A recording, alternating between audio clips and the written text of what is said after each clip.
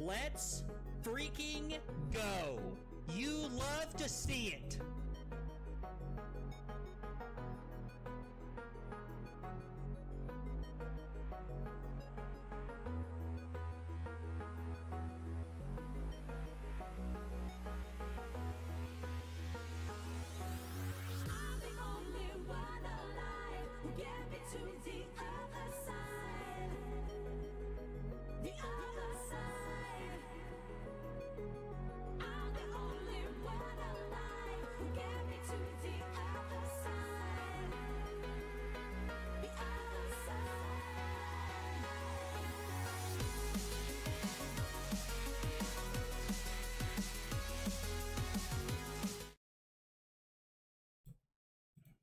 Hey, what's going on, everybody? Welcome back to another Flesh and Blood stream. Tonight, we're going to be playing Justin Koo. I hope I'm saying that right. We're going to be playing his list from Calling Manila.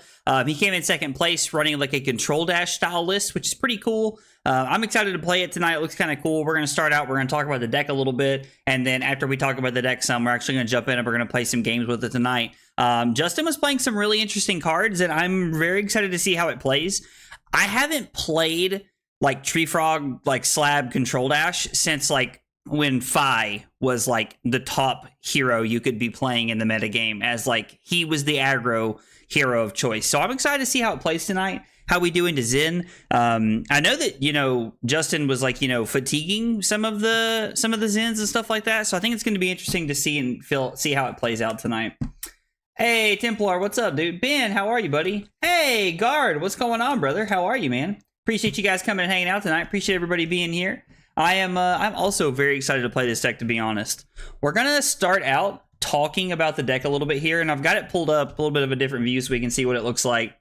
Because I want to talk about the deck and kind of like just some of the ways it's changed over the last like year, really. What like, you know, Tree Frog Dash looks like now. And so I'm kind of excited to see how it feels. Hey, Martin, what's up, dude? Happy Thursday, brother. Hope your Thursday is going well, man. So looking at the equipment, it used to be that we only played Crown of Providence. I like that we have Balance of Justice in the deck. I think it's pretty cool. There's also AB3 and then Spellfray Gloves, which I don't really know if you can beat Kano with this deck. I don't know that you can put on enough pressure. May or may not be possible. I'm not sure. Stonewall Gauntlet's a really good addition. This is a great card. I'm not surprised to see this in the list at all. The one that is a little surprising to me, it's a little surprising, but it's not, is Vambrace. Vambrace is a very powerful card and really helps into like Enigma and can into Prism.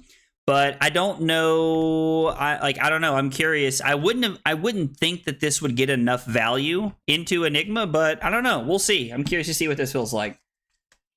Oh.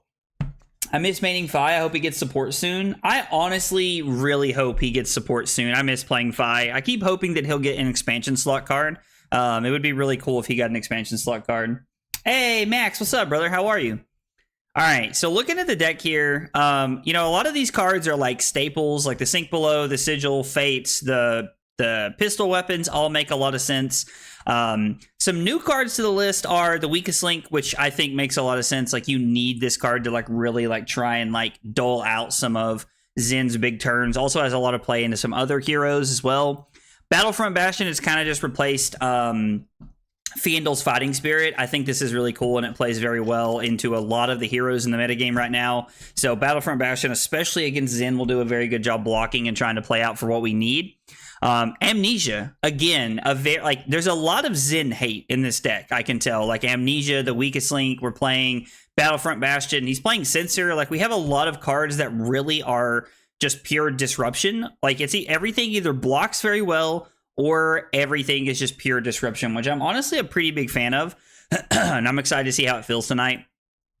This is one of the most underrated Majestics in the game, in my opinion. Censor is absolutely bonkers. I am a massive fan of it. Like, Censor's amazing. It's like a really cool card. It does not see enough play, in my opinion. Being able to name a card and prevent your opponent from playing cards is an extremely powerful effect that I'm really surprised we as a community have not tried to lean into more, to be honest. So I'm really excited to see Censor. I'm excited to see how Censor feels tonight, and to see it being played more often is like a really good feeling, because this is a card I've been pretty high on for since early 2023, to be honest. So I don't know. Like, I hope it feels as good as it looks tonight. Command and Conquer, I don't think this needs to be said. Firewall was not really a card when actually the last time I played the like Tree Frog deck, the Bright Light set was not even out yet. So Firewall's a really good addition. Just an additional 4-block is really solid. I really like that. This is the most interesting card that Justin has in his list, in my opinion. This is the most interesting card. Looking for a Scrap is literally just a 1 for 5, and it also blocks 2. This feels like a card that could be a massive liability in this matchup. Or like, and not in this matchup, but like against Zen, it feels like against a lot of the matchups currently, this could be a major liability. So I don't know. I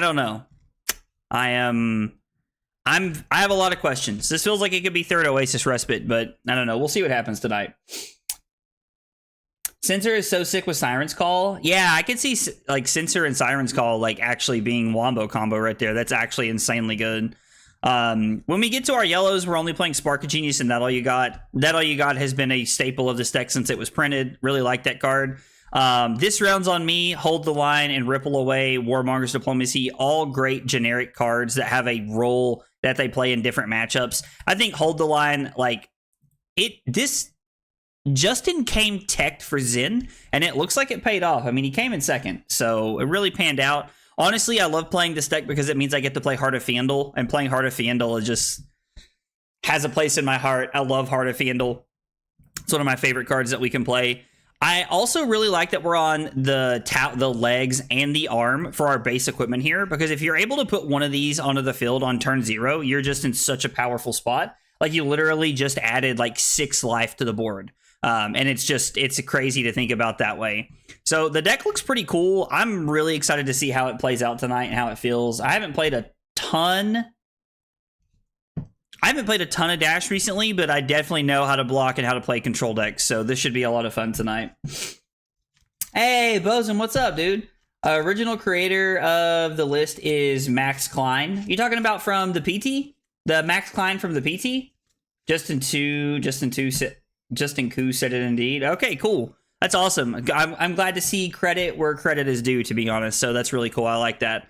I already have it loaded up here. I have it ready to go. I'm excited to play this deck tonight.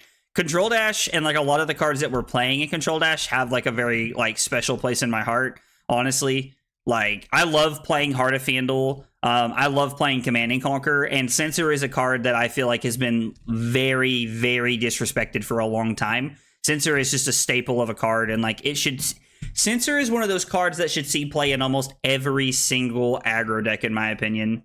Well, we're starting off with an interesting matchup. We are starting off with a very interesting matchup. AB3 and Gloves.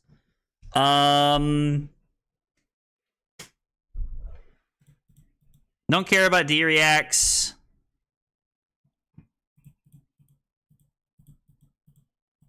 I hate Firewalls more. This feels okay. Yeah, we'll just run 60 like this and we'll see how it plays. Got the towels out because we're drooling on ourselves.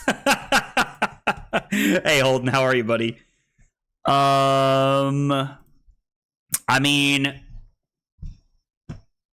we can go get another Chamber and Arsenal Sigil here.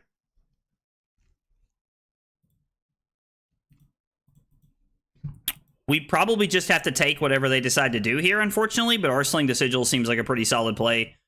We can go get another Chamber out of the deck. I'm not really interested in putting a Purifier into play. I would rather throw Pistol more times than I would rather throw Pistol for 3. So I just let there be like an eye on top or something. Uh-oh. Maybe we're dead.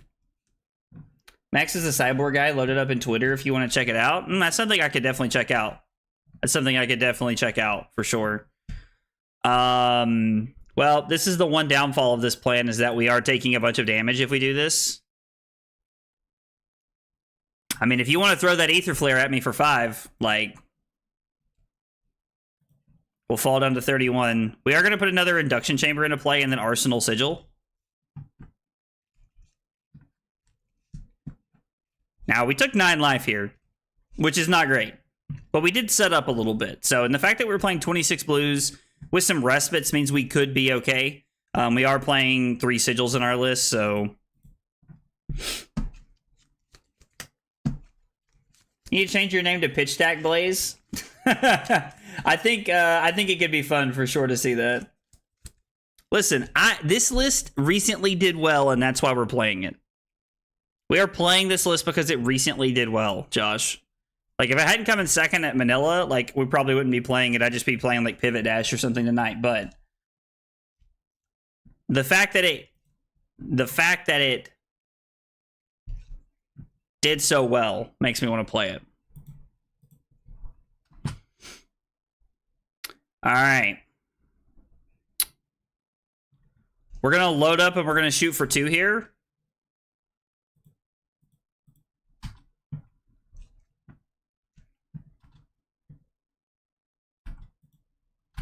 All right.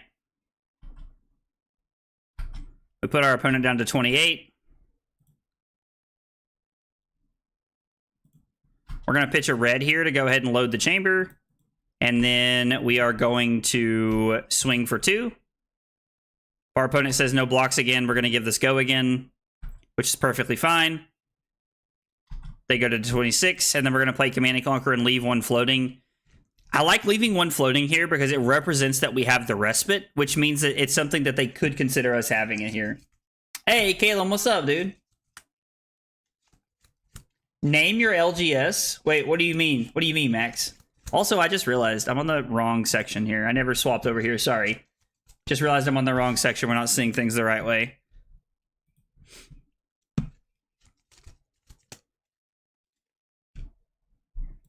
Okay.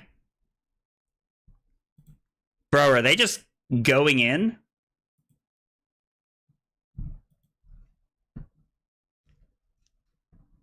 Are we just diving in here on like turn 2?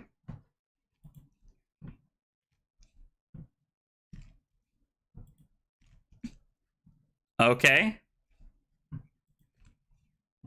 Ready for Rosetta? Dude, I felt that. I am very, very ready for Rosetta myself. So we have lessons. We have a Blazing Ether. Yeah, I mean, not a bad chance we're just dead. And the Kindle.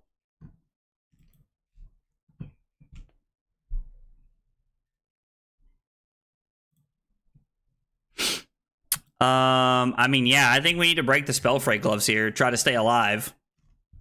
There's a small chance that Sigil could save us here, but even if Sigil does save us, it's not going to save us enough to matter. Ooh, really? I'm surprised they didn't just get Wildfire right there. Must have the Wildfire in their arsenal, I guess.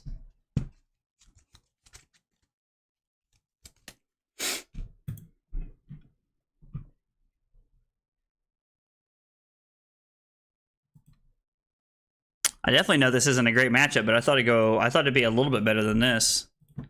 Another Kindle? Jesus.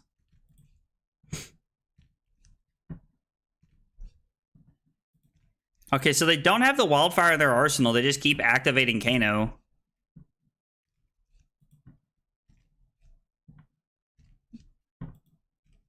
Okay. So we're going to... We took 4 a minute ago, fell down to 31, and now we're going to take 4?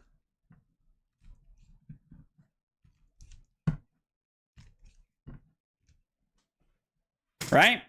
Aether Spindle's going to be for 4, 1 from the Metacarpus node, and 1 from the Kindle.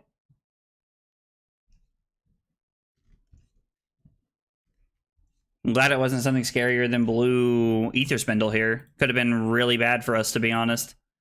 Could have been really bad for us to start off with.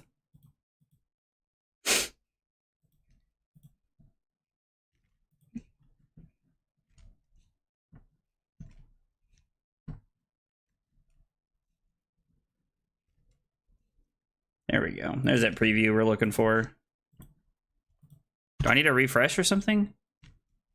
Oh, it's just 3? They didn't pay with nodes? Pretty sure they already paid with nodes one time, so I don't know why they wouldn't there. How did they go? Bottom, top, top. So 2 cards on top. And then are they saving one for the other Blazing Ether? So we are dead here. It's the Aggro Blaze 96. Hey, what's up, Starella? How are you, buddy? I don't know if this is going to save us, but we're going to try. I think we've taken... Nope, we do stay alive. Okay. Well, we're down to 4. They have no equipment left, which means they're just playing spells off the top of their deck.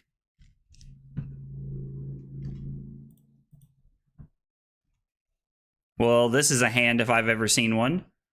So we're going to throw the weakest link. We're going to see how they block or what they do.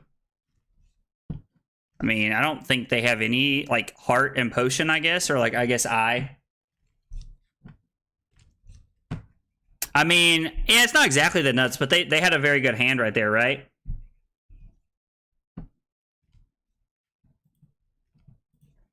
It was like they did have a very good hand right there. Really hope they try to go for it here. Like, it's smart to just let me go back to 7. I agree with that decision. Okay.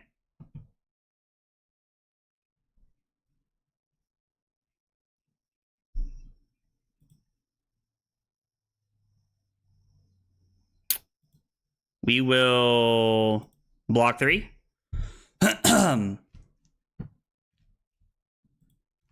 Hopefully it's a big whiskey right here. They have to pitch both of their cards to Ether Spindle. This is going to be for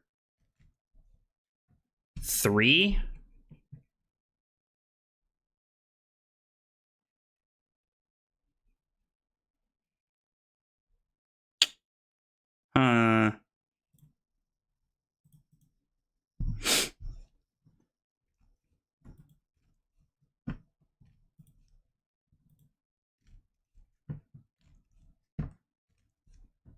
Hey, what's up, Brad? How are you, brother? I guess we're just going to pass. Holding up blue and respite here. I was like, yeah, they're going to get greedy and go for it, which is what we wanted them to do. Uh-oh. I mean, to be fair, even with a blue and respite here off the tunic, it may not matter. If they just have a good enough hand, it may not matter. We may just die anyway. Pitching double Ether Arc there. Cindering Foresight. Okay. So this gets all of the same effects. It just doesn't get the it doesn't get the instant speed because, I mean, it's an instant regardless. Like that. So I'm saying so it has all the same text basically. Can't complain much. How goes it? It's going well, brother. It's going well. Living it up today, man. I'm happy it's almost Friday. Happy Friday Eve, is one of my buddies says. Dude, our opponent is like going ham right now in terms of like what they're ripping. They just keep drawing and going, dude. Like, yep.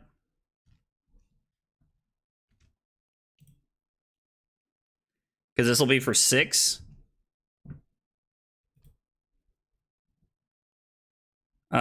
I did not need to use Tunic there, I guess. I could have waited on the Tunic. So I should have just pitched my...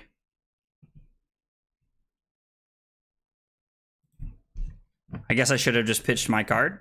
Or I should have just pitched the blue and saved Tunic counter. Was a mistake on my part.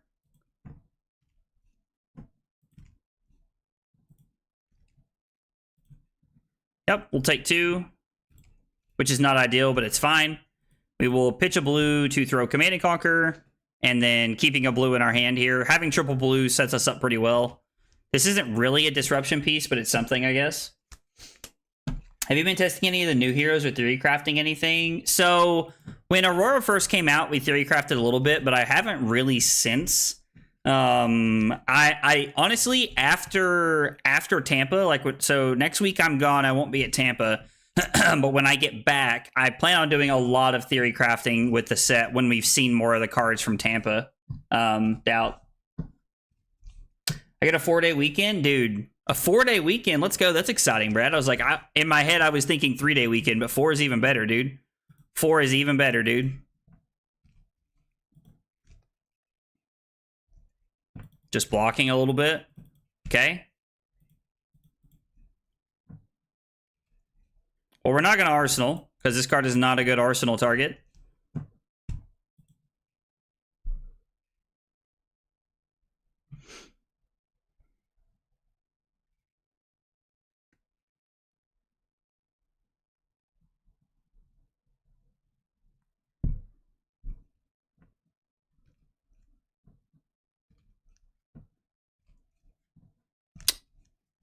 This is tough.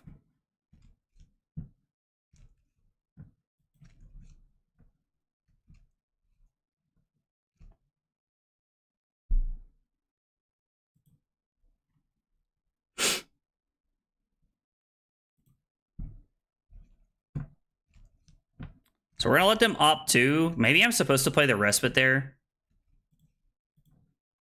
How did they go? They went top, top. I'm just going to pass and see what they do. If I pass like this, they may smell blood in the water and go for it right here. It's like that's kind of my hope because I want them to go for it. Feels like they showed so much, but also not much at the same time. I do get that. Tampa really must be holding the... Yeah, so I'm convinced that like they're showing so many of the best cards in the set at Tampa. I'm truly convinced of that.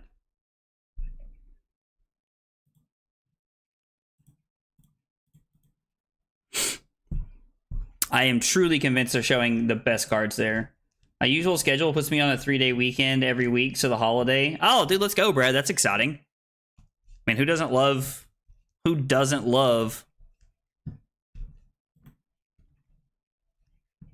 3-day weekend?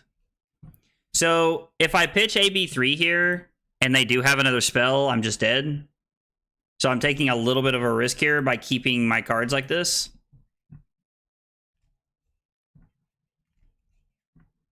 That was on my turn? No. All right, well, I guess we're going to have to hope that Tunic Respite keeps us alive. Well, now we're just dead. I mean, this matchup's really bad anyway. Like, this is not a very good matchup to start with. And I think a lot of people get kind of confused here because they see AB3. They see AB3, Spell Void, and then they see 26 blues and think it's not that bad, but... We haven't seen Aurora Spec and Earth Wizard split Majestic. Yeah, I feel like there's straight up a lot of cards that have yet to come out.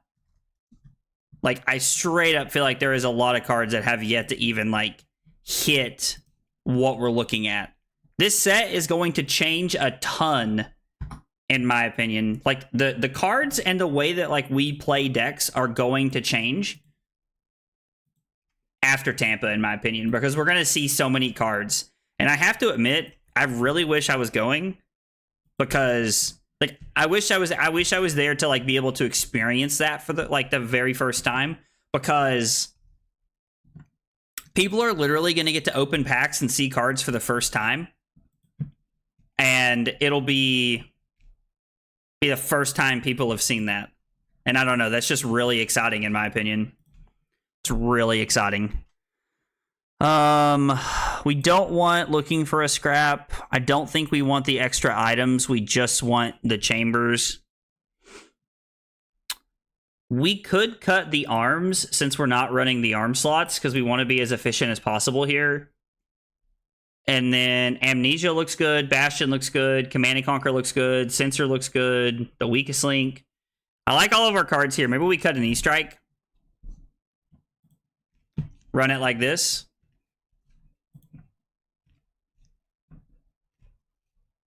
We get to equip this and then Arsenal Sink Below. There might be some logic to arsenaling the Command and Conquer because it applies good pressure. But I think the Sink Below is probably a better block. Trying to play this rounds on me next turn, looking insane. I think this strat is lame. I mean, listen, man. Everything's not for everybody, you know?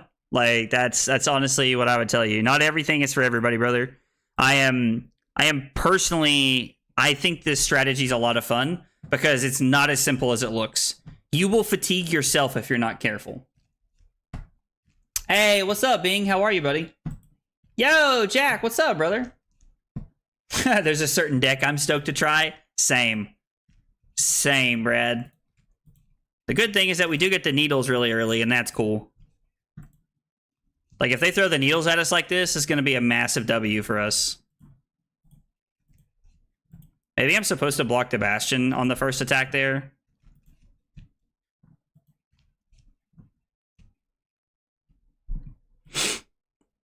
I'm going to say no blocks, play the Sink below, and put Bastion on the bottom.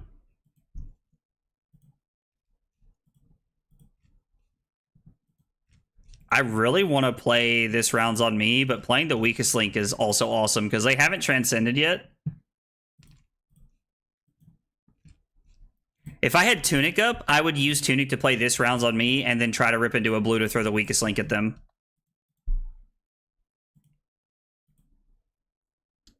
Okay, they've got all hits. One red and a bunch of blues. They do have Winds of Eternity to play with the... They do have Winds of Eternity to play with 100 wins. Been using your Victor Blitz today. Might take it to my skirmish. I mean, it felt really good, brother. It felt really, really good, man. Like, I think, I genuinely believe that, like, it's a very solid deck to be playing.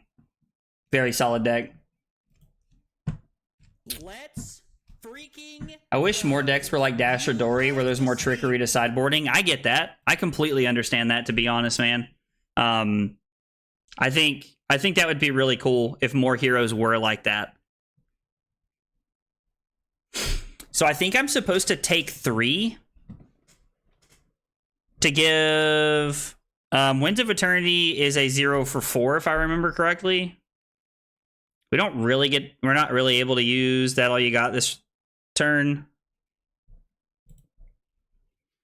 So I think we have to take 3 here. I don't want to give up a ton of equipment. Also, let's go. Sorella, thank you for that follow, brother. Appreciate that, man. When you're new to the channel, we got 3 questions we ask everybody, man. What's your name? What got you into Flesh and Blood? And what are your favorite hot dog toppings, brother? And let me tell you guys, that goes for anybody. If you're just hanging out, you want to share that info, I would absolutely love to learn more about you, man. Let me know stuff about you in the chat.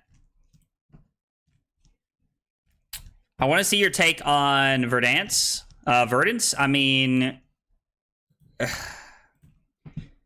she seems kind of sad so far. I know that's probably not the answer everybody wants to hear, but it's really how it feels so far. We get to throw Pistol and then use Chamber and then throw Amnesia. I'm here for it. Let's put excitement back into pre-release events. I mean, yeah, if you're talking about Tampa, I think it's awesome to see like new cards for the first time. My opponent just concedes. All right. Well, I don't know if it was going to be quite that simple. I mean, their next hand was going to be pretty bad. We were going to do this into Amnesia, and they had Artivore ripping into a blue and chase the tail. So, I mean, they could have put together a pretty good turn. I always get a kick out of people who just concede against decks like this because it's like, you have to know how to beat things like this. And Justin coming in second at Calling Manila is a perfect example of why you have to come prepared to play against decks like this, in my opinion. Yeah, so, Dad, I agree that, like, I think there's a lot missing. There's a lot missing from the set in general, and so I think that Verdance might get some more love and some more support when we get to Tampa. MTG's Time Snap set release was the first time a card game spoiled the entire set before a pre-release present, so LSS is going old school. So yeah, I mean, like, going back to, like, not knowing all the cards until you get to, like, a pre-release event or you get to, like, a world premiere event is really cool. It encourages people to come to the event because you want to see the cards, you know? You want to open that Majestic or that Legendary for the first time and be like, holy crap, like, when you're opening it and looking at it. And I think there's a lot to that. I think that there's a lot to that experience, in my opinion. You're opening up the window for people to have a very positive experience. And even if it's your buddies opening the M's and the L's, you're like, man, I'm still getting to see this for the first time. And that's really cool. I feel like she's broke. I mean, I don't know how you can think a hero's broken when we haven't even seen the whole set yet, to be honest, Max. Like, I don't... There's not a single hero from this set that is broken. We haven't even seen the set. It's impossible to know that. Like, this isn't like Magic where we have 20 years of cards to, like, decide what we want to do. Is this the same person we just played? Well, no, it is if they leave. Yeah, that's what I thought. Like, so in Magic, there's 20 years worth of cards. So when a card comes out, you can be like, oh, this, like, Jeskai this or whatever is going to be broken. But you don't have that in this game. The game's not old enough yet. So I don't really think you can look at any hero and say it's going to be broken. Like, you can like a hero ability, and I think that's fine. But nobody knows what hero is going to be broken yet, in my opinion. I wish they'd run multiple world premiere events, like an Uprising. Yeah, that would also be really cool and a better way for people to get into the game, right? So far, it seems like Vincent is the real winner from spoiler season. There's been a lot of really good, just like Runeblade cards in general, which is awesome. Vincent feels like it's got a big buff this season. I agree. Max said calling it. Hey, listen, I love the dedication to like calling a hero is going to be good before you get there, man. Like, I respect it. Aurora is feeling fast as hell. Love that. Honestly, Morello, I'm really hoping that she's going to be good. I'm not going to Tampa, but I'm having my buddy, one of my buddies is going, get me an Aurora shirt and the Sigil of Brilliance mat, because I think it's going to be really cool. Deck's probably super quick after PQ season starts, sadly. I feel like Dash will probably be gone in the first 2 weeks. If you're talking about like during like ProQuest, like LL, probably, I agree. I completely agree. I am very sold on playing Verdance, to be honest. I am like super, or sorry, not Verdance, I was looking at the chat. I'm super sold on playing Aurora, to be honest. I mean, this could be a fun matchup, I think. But I am very in on playing Aurora. I don't see us blocking Singleton a lot.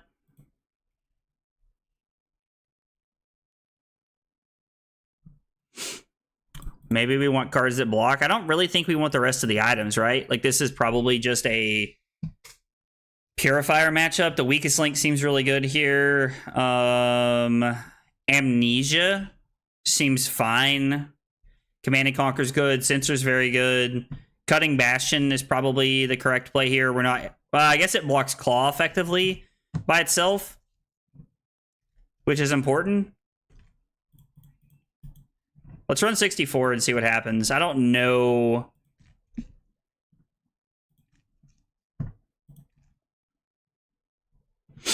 I cannot play this. That is a big Sag. That is a big Sag. So what we're going to do... Oh, they're running 72 cards into us? Interesting. So we're going to load.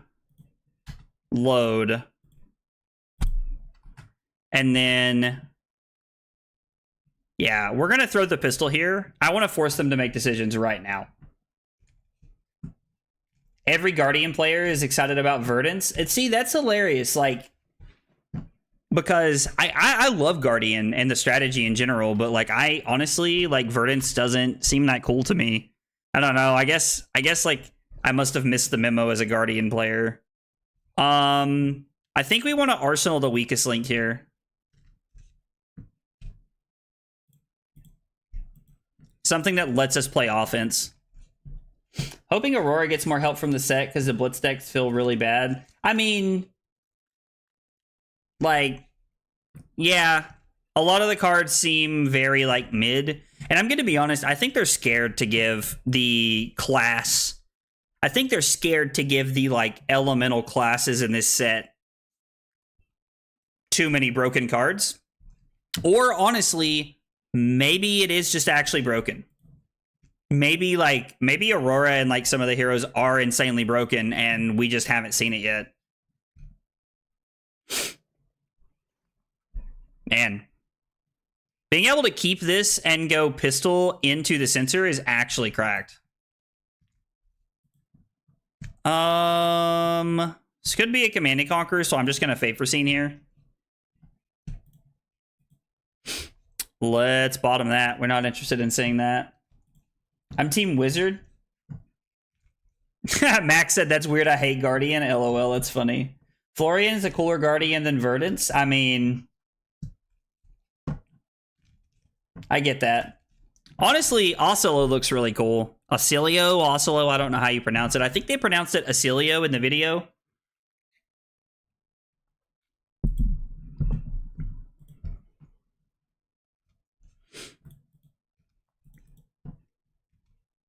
And, I mean, he looks really cool.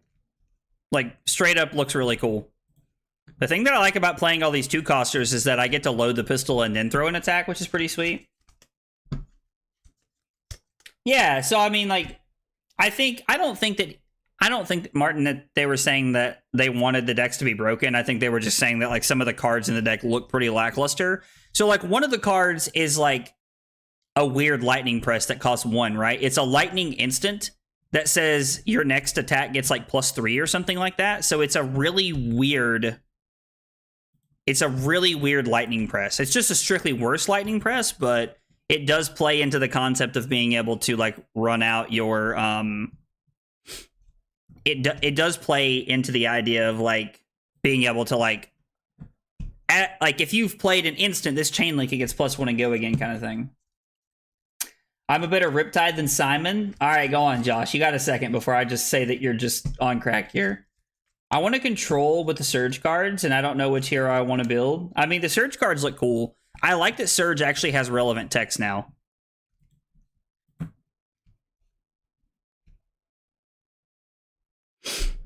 I mean, block 8, take 2, Arsenal Fate. It's a pretty lackluster Blood Rush Bellow, right?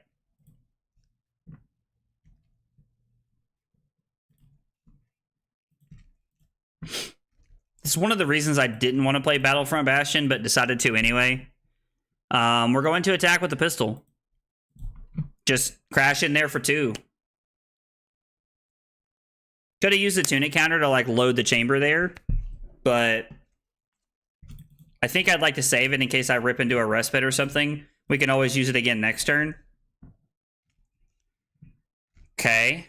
So we're probably looking to block with this rounds on me, Fate Foreseen, and that all you got this turn. And then we can pitch the Heart and Tunic to throw pistol with go again and then throw Command and Conquer here. Running around cooking, so I'm probably lost some context. Oh, no, you're good, Martin. No worries, man. Absolutely. I'm ready to slam Exploding Ether into most Wizard decks. I mean, listen, Wizard's getting a lot of cool cards in this set, dude. Wizard's getting a lot of cool cards in this set. We're going to play that all you got. We're going to pray they don't throw a Command and Conquer at us.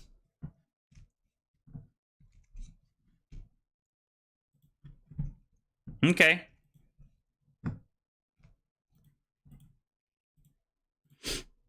I was expecting to take more damage that turn, so I was pretty okay with that.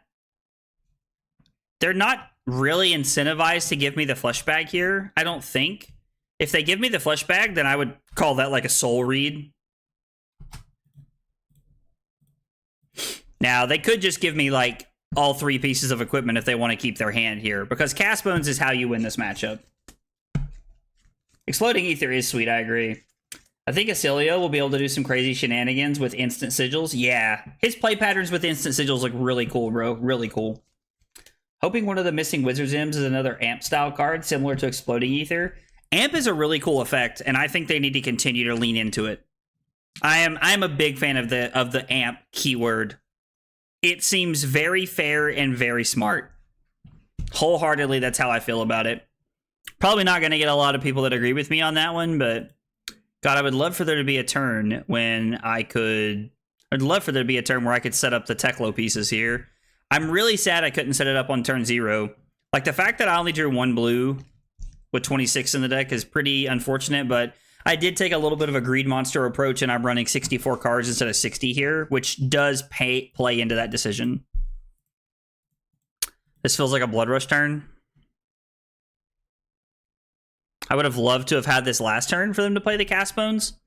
There was only 1 Cast Bones left in their deck and 2 Blood Rushes, but we'll have to... So this is their big turn. This is going to be the big turn right here. We have 12 block in our hand.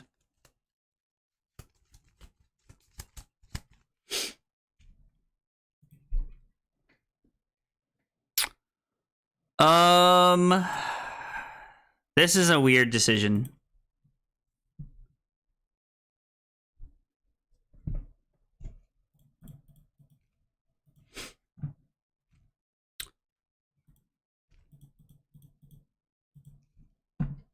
Get my favor scene back. I don't know how much I like this decision, but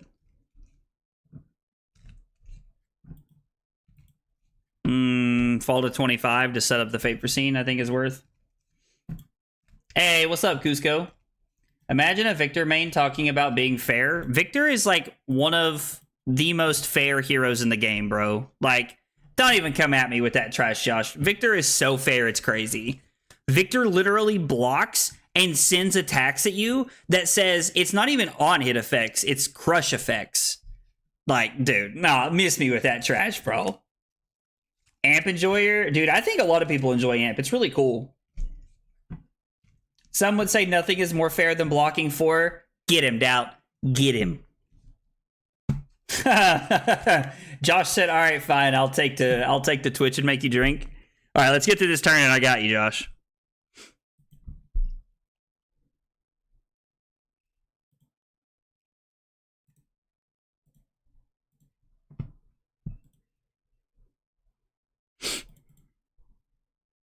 What do we put on the bottom? A Amnesia? Okay.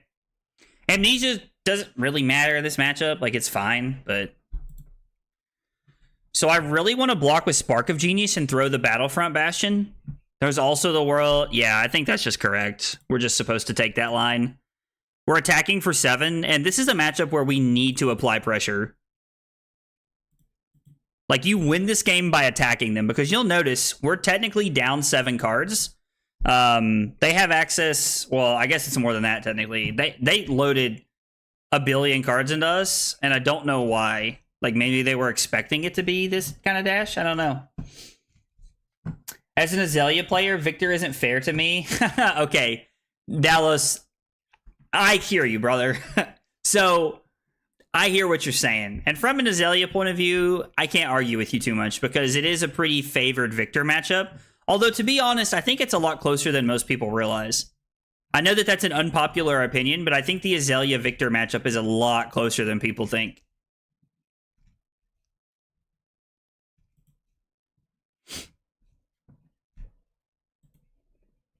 So we actually just get to stuff this. Block Weakest Link. We're going to give the Fate for Scene here.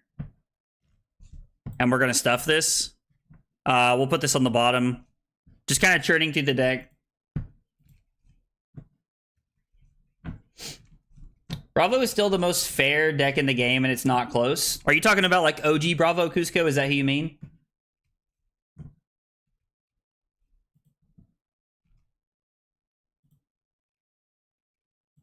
Oh, they had an agility token. Okay, I was like, what? So, I would like to be able to put this into play, but we're probably just supposed to block, right? Look for a better turn to seize value. We are below them, which means the respite gets more value here. I need to get through these other 2 blood rushes is what we need to get through, to be honest. We're going to arsenal the respite here. Okay, this hand blocks really well. Bravo Showstopper. Okay, so like OG Bravo, agree. Yeah, it is by far the most fair hero there is. Anya Dominate, like Dominate on demand is really good, but I agree, Bravo is very fair. What's your shot in the dark call for the missing expansion slot cards? Okay. I have a little bit of a crazy one.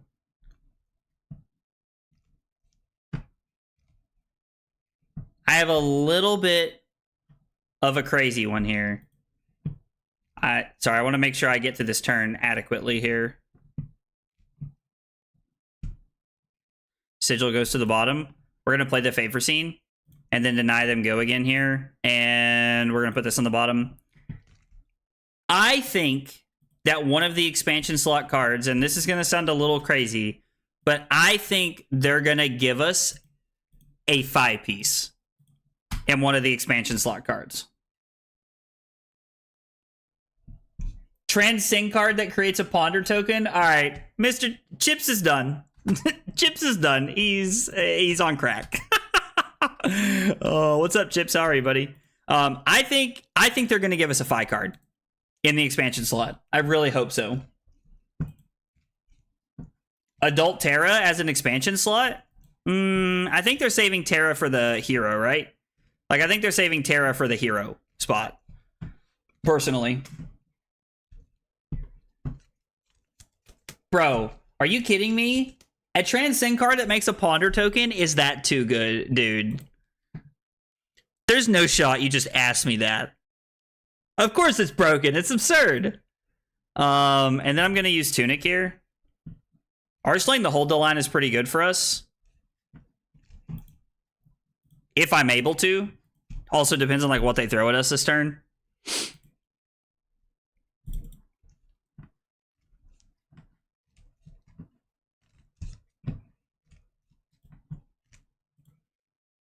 So we take 6 and go to 16. And then I am able to throw pistol and the weakest link. And then Arsenal hold the line. But I do have to take 6. Which is a little less than ideal here. But I think it's okay. I have a feeling Adult Terra will be the last Armory deck. Yeah, I agree. I think Adult Terra is going to be the Armory deck. I think the set after the Guardian set will be Ice and Draconic Heroes. That's cool. A new Azalea card. Bro, Dallas, you just got an Azalea deck and you want more cards? Bro, what? You just got a whole deck, fam. I mean, I guess Riptide got a whole deck, I should say. But I feel like some of the cards in that deck are actually playable, right? Like some of the cards inside of the Azalea Armory deck can be played in Azalea. They're not just Riptide cards. Like the Arm Piece is pretty okay. I think Stone Rain has some potential. Please be Icelander 2.0 Armory deck. I don't think so. I think it's gonna be Terra or Adult Blaze. Like, I think those are the options. Again, I know that's like it being an Adult Blaze is probably an unpopular opinion, but it's definitely what I think they're gonna do. LL Armory decks, that would be cool. I don't think they'll make Legacy Hero Armory decks this early. A couple years from now, sure. I was hoping for Dio and then the Armory deck announced. I mean, yeah, like Dio, like the Armory deck, the Dio Armory deck's gonna be really cool. Have both of our weakest links missed? Yep, they just don't care. All right. So we're gonna Arsenal hold the line.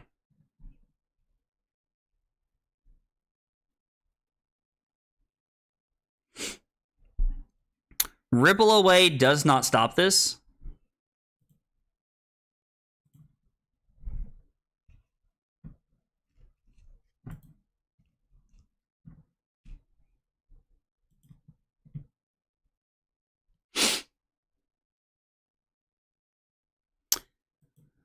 Command and Conquer is just a all-around better play, I think. We're not going to sink. That's what I wanted. So I think we're going to go to 13 here to throw the sensor. I think we're going to go to 13 to throw the sensor here.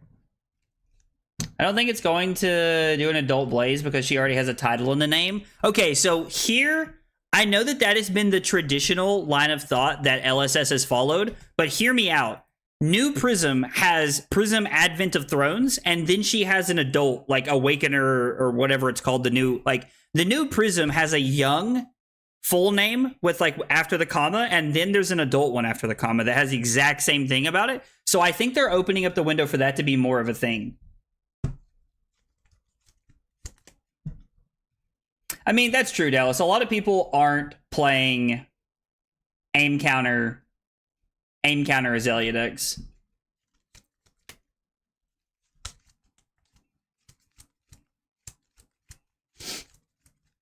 Yeah, the Dio Armory deck is really cool. I'm glad. If you want the truth, I'm glad Dio's getting love. I think Dio needs some love. She's a great hero with a very cool ability, and I'm glad to see that she's getting some love in the form of an armory deck. Honestly, it makes me very happy.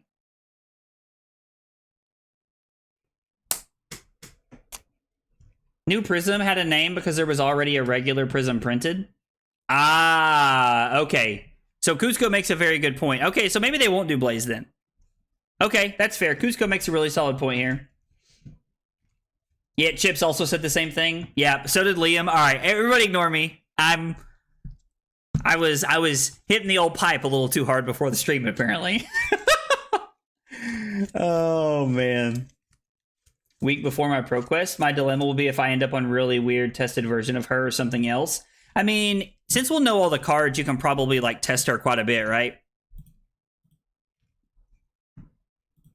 I am going to name Blood Rush Bellow.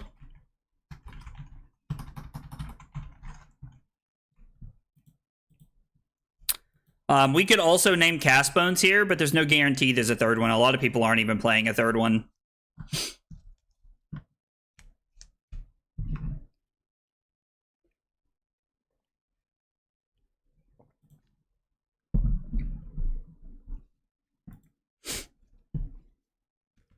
Okay. Respect the roll. Dio is the bomb, literally and figuratively. The new young KO is just named KO. That's because OG KO has a name, right? Like, it already has a name, right?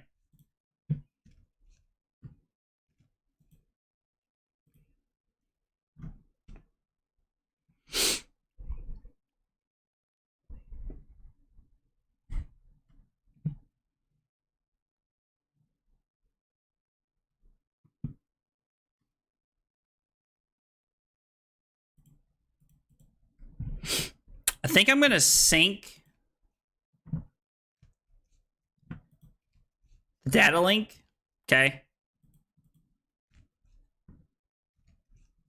The fact that we just basically have a 0 for 5 sitting in our arsenal is pretty solid. Swing big. I mean, that's just gonna prompt me to give 2 cards, right? Like, we're just supposed to block this here. Yeah, that seems fine. I still think that naming Blood Rush was correct there. And now we have a hold the line in our arsenal, and we have Balance of Justice this turn if we need it, so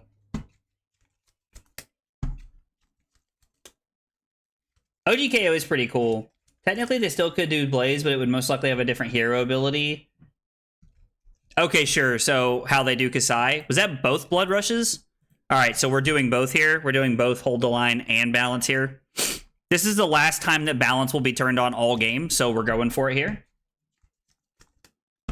Dude, we've been sitting... Tonics, we've been sitting on this... we've been sitting on this Hold the Line for about 4 turns now, waiting for it, so... and then I'm just going to go ahead and give it.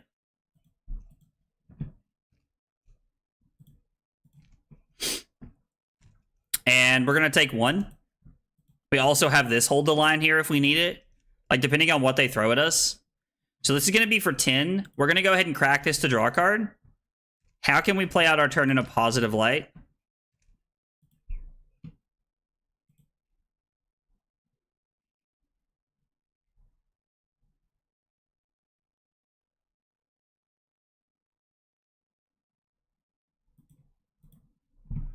We're going to go ahead and play the Hold the Line and then shoot Pistol twice and then Arsenal the Sigil. I mean, it's the best value we're getting here. Seems worth. Knowing that they... I mean, maybe we're just supposed to play it and we could have stayed at 9 this turn. Maybe it's just an incorrect decision by me. So we get the Pistol twice here, and I do think I'm going to use the Tunic counter. There's 1 Respite left in our deck, so it could feel bad. I think there's 1 Respite left. There is a small concern about us getting fatigued at this point, but I think now we have the inevitability on our side.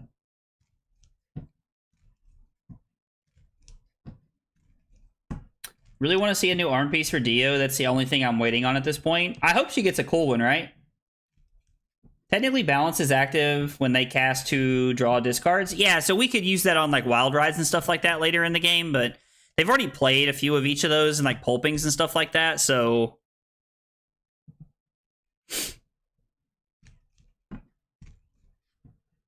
appreciate my KO opponent like playing the game out here. I know that our opponent a little bit ago did not, so I mean that's true. Like we do have heart in the deck, which means that it's not always a bad thing to go lower than them. Brick does make a good point. Even with that in mind, I still want to be careful though. They could like roll.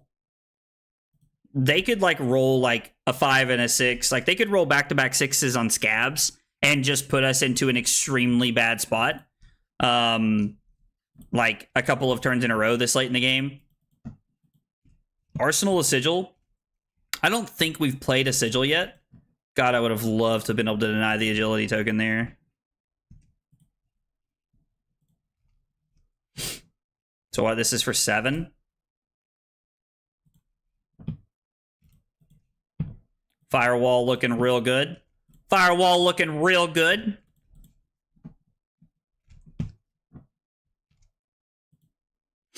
Cast Bones is pretty good. So now here's the real question for you. Are we arsenaling the that all you got or the hold the line? Because hang on, let's count. We're going to tell our opponent that we're thinking here. Let's count how many like draw discard cards they have left. They've played a Bear Fangs, two Wild Rides, 2 Red Wild Rides, a Pulping. They've played all their Red Wild Rides. They've only played 1 Pulping, and they have probably 1 more Yellow Wild Ride, if not some others, and then they have at least 2 more Bear Fangs left. So there's a decent... Man, I don't know. Like, there's no guarantee we get to turn that on. It's probably just better to arsenal to that all you got. It's an interesting decision. I'd be curious to see if they give me Flesh Bag here. They do. I don't... Call me crazy. I just had a gut feeling right there. Could just feel the Flesh Bag coming for some reason. Like, sometimes you just get a beat on things when they're going to happen. I'll show you my Firewall. Don't threaten me with a good time. The second cycle played around with a little bit and it seems strong. Oh, Viscera seems like it's really good. I saw them playing last night. I love Rob and Chris. I hate that Chris has to step away from the stream for a while. Like, kind of the game, it sounds like. I really hate that because I love Chris. Now, he had an agility token, so we're not stopping this regardless.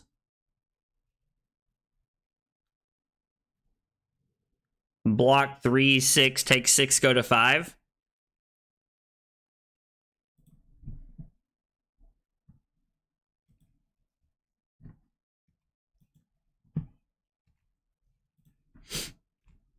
My opponent's done a good job of using their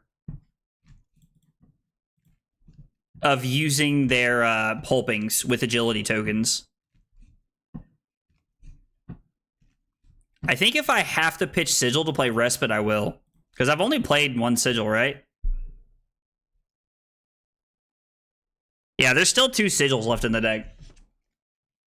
Vincent seems like it'd be more consistent with the Rune Chant generation. Totally agree, Master Chip.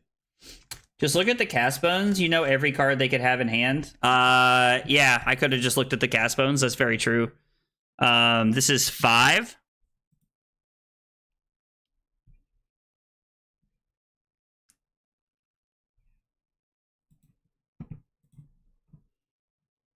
Go to 3. And by that I mean go to 6. Arsenal to Respite. Tunic ticks up to 2, and we're going to Arsenal Respite here. Now, we do have to attack them. Like, we have to win the game. We can't just sit here and do nothing forever. We will lose. We will get fatigued. They're currently up about 10 cards on us.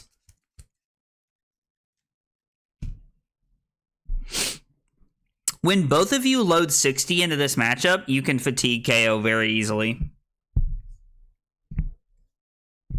Yeah, Redline Vin got a lot of cool cards. Do you think Runeblade will be broken with Rosetta? Snake, I don't know if it'll be broken, but I think it'll be very good. I mean, Runeblade's getting a lot of support in this set, right? So you're going to see a lot of very good things coming that way, which I think is a positive. I think is a very good positive for the game. So this is going to be 6.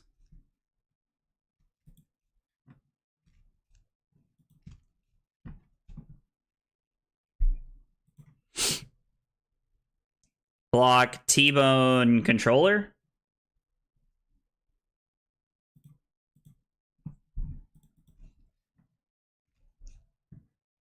Would be a nice time, like if we had an Amnesia or something, I would 100% go in for getting the value here of like trying to throw an attack. I would love to be able to throw an attack right here, but we do get to attack twice. Our opponent can go to 1, but if they go to 1, I'm going to be a lot more willing to fall down to 3 to be able to try to close the game out here.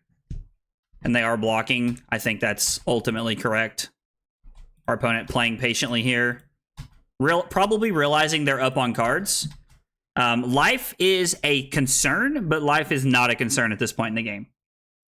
Yeah, you don't have anything left there, so you can either fall down to 3 or... Yep. Okay. Having the Oasis Respite in our arsenal really covers us here. Sigil's also like bonkers right here. I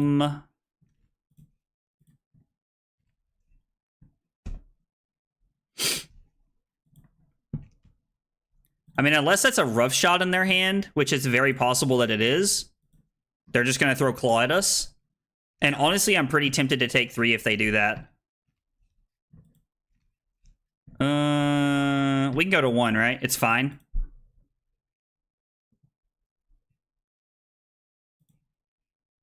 Go down to 2. Sigil puts us back to 5. So if they do decide to go for the Reckless Swing, it doesn't matter. Because we have the Sigil here. And then after this, it's going to be a card from them every single time we attack. Are you talking about turn before last? When the tunic counter came up, we probably could have equipped the arms, but... Are you talking about instead of attacking? If you mean instead of attacking, I think I would have rather have attacked there. Did they not win? Oh, it's a runner. I missed that.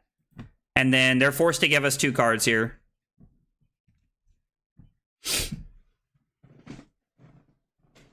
We just need Runeblades to be contenders. They have a good role in the game. I mean, so to be fair, like, I always, like, I know that everybody hated Runeblades at first because they were just, like, bonkers and bananas and stuff like that, but I think Runeblades are fine.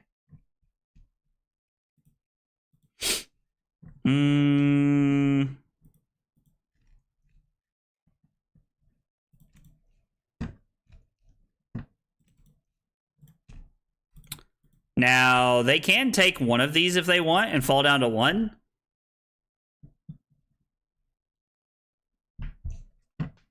I'm curious to see how they play the rest of the game out, because I don't think that they have enough cards to, like, fatigue us at this point. That was your last point of life, and now you're forced to give it to me? You're forced to give me a card here? Okay. Just would have had more... Oh, just like would have been able to like consistently like sustain more life there. Yeah. No, it makes sense. Like, I understand, and it would have been a very good play. I'm just kind of at a point where I think that like we need to be attacking them every turn if we can. Maybe they can fatigue us. There might be a world where they can, actually. I don't know. I guess we'll see. Like, if we had double chamber out or something, it would be insane, but I don't know that you want double chamber here. Okay. 2 action points is bad for us. I think we played all of our sigils now, yeah. So all of our life gain's gone. So we can take 2 points of life, and that's pretty much it. Gonna block here.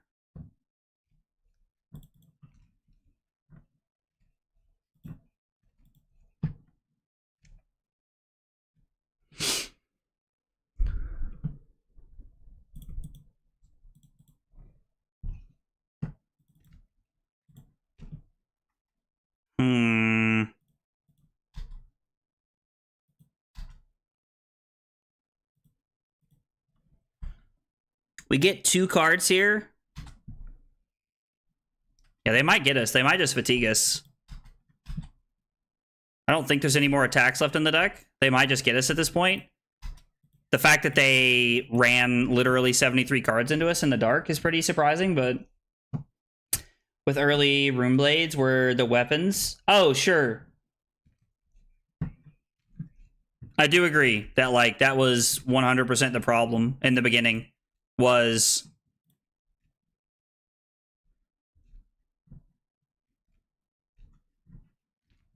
the problem was absolutely the weapons. I agree with you very strongly. Ripple Away is a break point, and it does take 2 cards. I can... Yeah, I don't think we're going to be able to close it out, because they go down to 8, we take 2 cards, and then they're going to take a card here.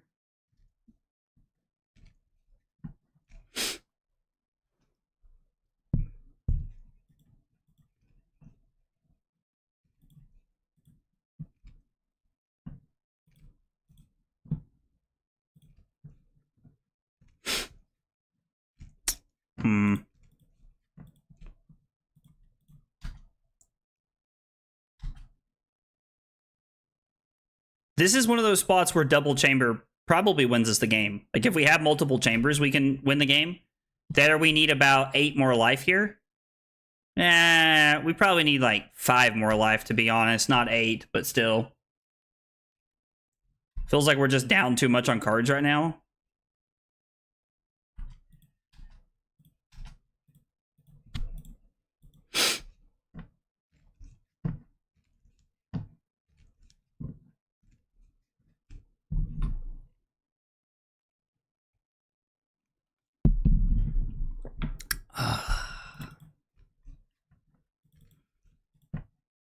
We're not going to arsenal anything.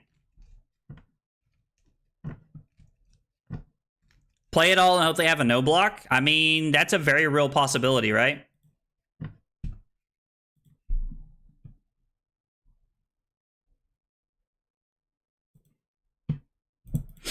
Go down to 3. I mean, I definitely think we're in a situation where we are forced to play the Ripple Away. So this takes a card.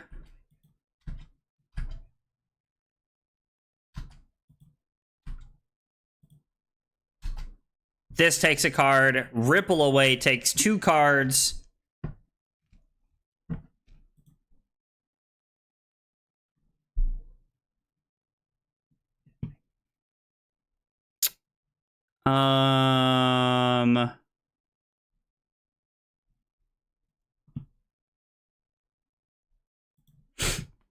Yeah, I think taking 2 cards is the only way. And I still think we're short here. I still think we're short, but... Which means if we are short, it means I didn't play it correctly. Which I'm okay with. It feels bad, but...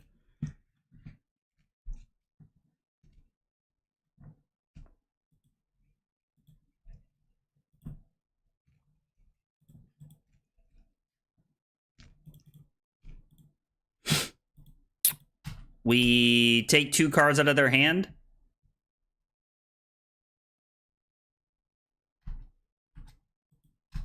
They have a rough shot on top. We're going to pitch heart.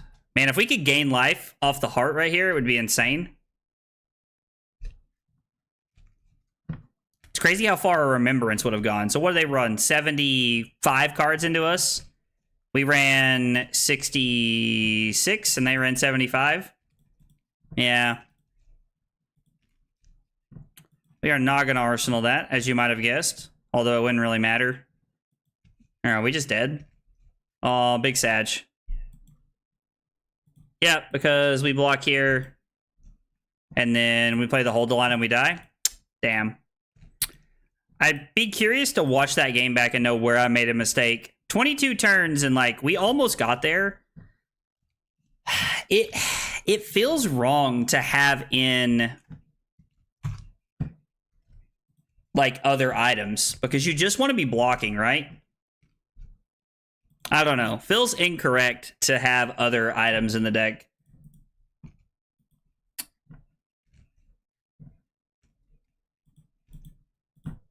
Yeah, I don't know. I think a KO running 70 plus cards seems weird. Them playing all their cards is super sus. I mean, yeah, I won't lie. It's a little odd. Like, it's very possible that, like, whoever that was knew that the Manila deck was running around. Or I guess it's also an option that, like, they saw my stream. Hey, it's Brick. Yo, Brick, good luck, man. Best of luck to you, brother. Or the other option is that they knew. Like, they saw my stream and knew, and so they just, like, didn't... So they just knew how to sideboard. I think we just want all of our attacks, right? This feels like a matchup where we want every card, I think. Like, this probably feels like an every... If it's a dash, I'd assume aggro. If you're running 70 plus cards, you'd make your deck inconsistent. Yeah. Tonix, I agree that, like, the only reason they went that route was because they decided that, like, they either knew the Manila calling deck or they saw my stream at some point and knew that I was playing it tonight. Either way, I think we're just supposed to run everything here into Riptide. We probably don't need to run everything because we have the consistency on our side, but running everything doesn't hurt us. By the way, appreciate you guys being here. Appreciate y'all hanging out with us tonight. A lot of things y'all could be doing on Thursday, so I appreciate y'all chilling. Guys, if you haven't seen it, 24-hour stream, 24 hours of giveaways coming up in September. Be sure to check it out. It's in the Discord, so you can find it.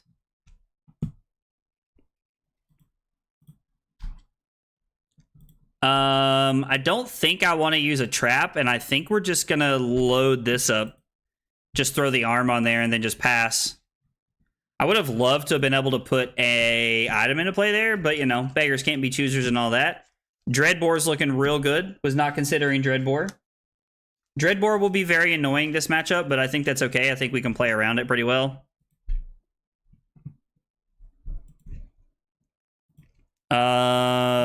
Yeah, we're just going to block 6. Could also just take 3 here. Nah, this is fine. You seem tired today? Thanks, I guess. No, I'm just messing with you, Brad. It's been a long week at work. A lot of stuff got dropped on me on Tuesday morning, and it's been exhausting. I've been working on stuff that I should not have had to have been working on this week nonstop. So it's been a very tiring week. But I apologize that I seem tired. I was like, I do my best to leave that at the door when I come in to start streaming. So I apologize that I seem tired, or if I'm lacking enthusiasm, I apologize for that. I have always wanted to dodge that when I can. So this is an interesting hand. It's a spicy one. We do trigger a lot of the traps, and Dreadbore's going to be annoying, but if we can try to present a lot of pressure and block efficiently, we'll be in a pretty good spot.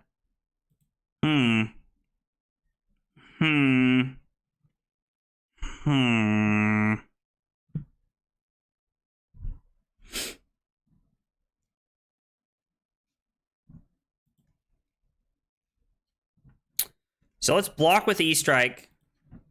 We're going to pitch Command and Conquer to play the Oasis Respite. We're going to attack for 2, give go again, and then play... Yeah, we're gonna block this out. We're going to attack, give go again, use Tunic to attack again, and then I'm going to play the Sigil and then Arsenal to Command and Conquer to set up to try and play offense here.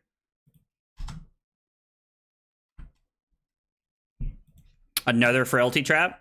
Okay. That is a big Sag, but it's okay. Hey, what's up, Minja? How are you, buddy? I haven't seen you in a minute. You been doing okay, man? And I appreciate that, man. I appreciate that.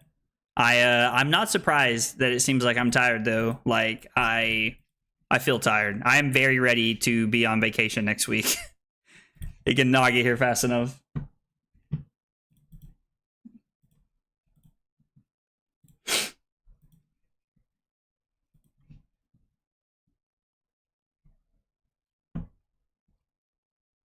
What does it say? The non-action cards? I kind of want to block 3, take 4, and then just equip the leg piece, right? Man, it's a pretty good play here. And all these are action cards. I had to make sure that the Evo Still Soul Tower was an action card. I was pretty sure it was, but I'm tired from a long week and getting extra work piled on you, then you aren't human. There's nothing to be sorry about. Well, I appreciate that. I try very hard to like leave that kind of stuff at the door, because you know, like when I come to stream and hang out and like, you know, play games, like that's what I'm here for, you know? I'm not here to be bogged down by all the crap that happened at work this week, because that crap's going to be there when I go back. Oh, classic. It's wild to me we haven't seen an item to this point yet. I was like, I assume Brick did not mean to just pass there. Does that mean no streams next week? There will not be any streams next week. I'm going to post about that in the Discord probably later tonight or tomorrow, but since I will be out of the country, there are no streams next week. That is correct, Martin. Oh, yeah. We'll block 6. I guess we could have got by one rainy boy there, but I'm definitely banking on Brick having more. I'm definitely banking on Brick having less explosive turns and more like blocking turns, to be honest. Just be careful of the attack reaction trap that mills and deals damage. Oh, equal to the number of cards that are the same name. Yeah. I can't remember what that one's called. I guess we turn on a lot of the traps in this deck, right? Like, I guess with the items, the pistol items, like once we get the chambers out, we have the go again traps and we have the reaction traps. And then after that, we have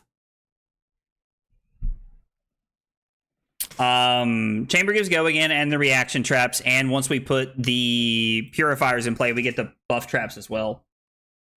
Yeah, plasma purifier also makes them higher base, which is kind of awkward. Kind of a tough spot to be in, I would say. Oh, also, I completely forgot. Sorry, Josh, if you're still hanging out, we got a big hydrate for Josh here. I'm going to Arsenal, and then I'm going to big hydrate. Arsenal the Sigil.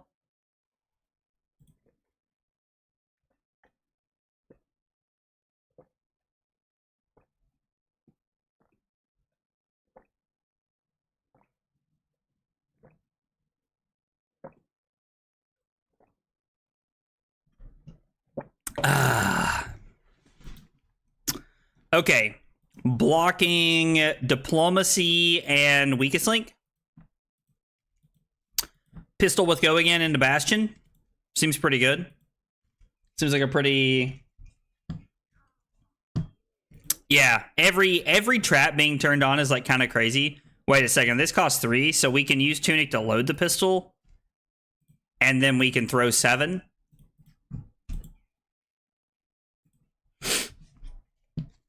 These 3-for-7 attacks are going to hopefully buy us a decent amount of room in this matchup. Arsenal Sigil, Arsenal Water. Oh, I like that.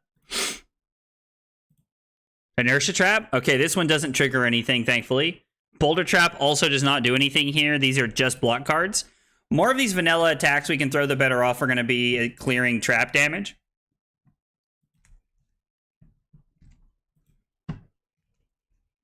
This is an equipment turn through and through.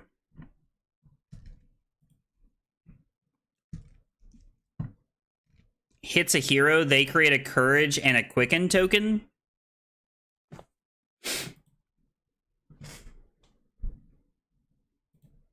If I take 2,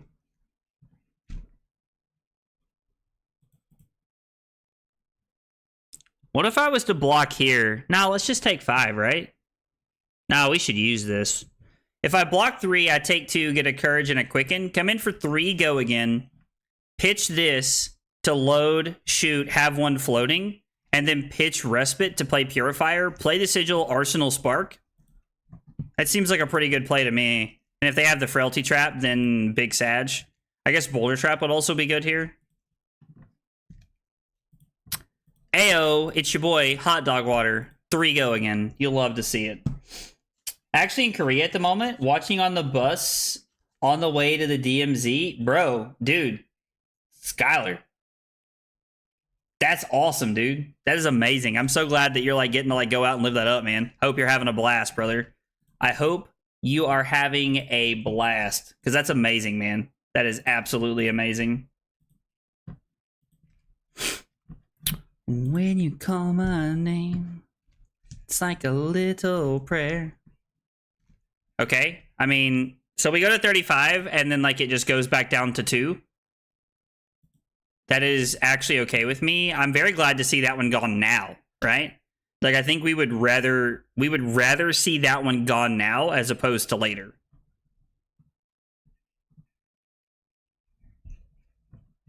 That basically just said block 2. I have to say, it's always a real feels bad when someone plays that against me and I like play a rouse. And then when they play that, I'm like, big Sag. Big Sag. We need Trent blowing up the meme channel now to wake us up. I mean, listen, I don't know what Trent's up to, but Trent is great at blowing up the meme channel. That is like his thing, right? Trent out of nowhere is just like, boom, meme. The demilitarized zone, I think is what that stands for. If I'm correct, Martin, could be wrong. I'm not sure, but I think that's what it stands for.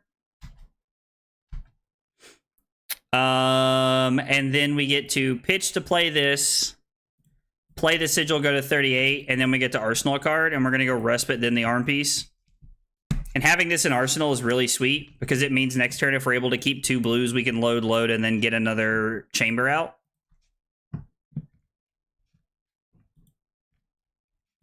We are not able to keep 2 blues. That's okay. I guess I could have given a piece of armor there to keep 2 blues, which probably would have been a better play, right? Probably would have been a better play. We're going to pitch into this, and we are going to go get a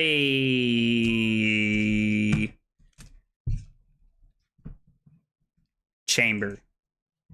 Now, breakpoints are better. It's 9 versus 8, but the difference is a breakpoint.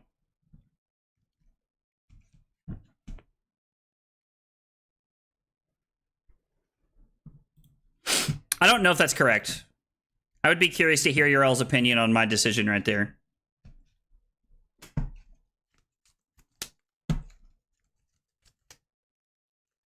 Riptide about to wreck me?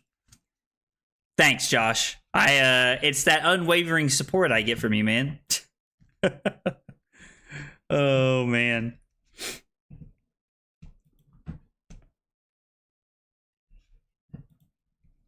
I think we're going to take 4. We have all action cards here. We can try to throw the pistol a couple of times and then throw a Command and Conquer or a Bastion here. This actually seems okay to me. Chamber, I think, is correct. It puts more pressure. So it's kind of like a debate there. Like, I don't know enough about this matchup to like really sit and say what I think is correct or what's not, right?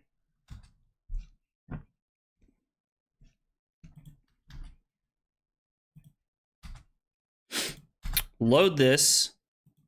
Crash the boards. Coming in for 4, go again.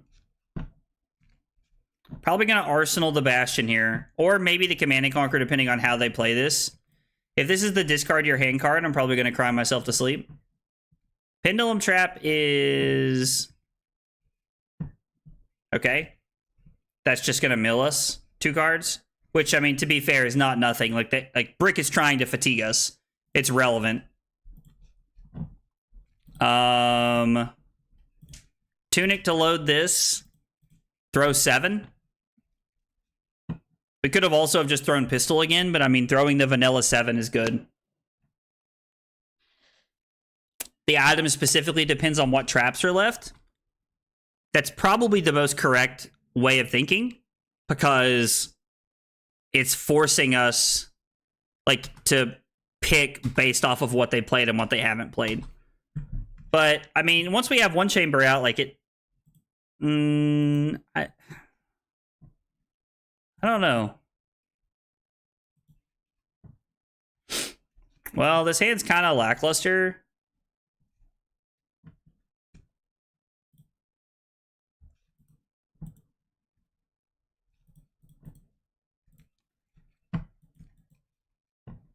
We're going to go Firewall, Amnesia, then Fate.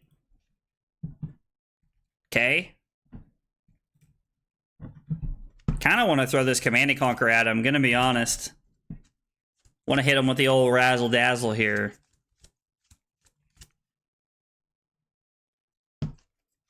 Hope you have an awesome honeymoon. Are you going excited for relaxing or another objective? Hey, I totally forgot that Carly changed her name to Mrs. Agroblaze 96 on Twitch. That totally caught me off guard when I saw that. I was like, who the fuck?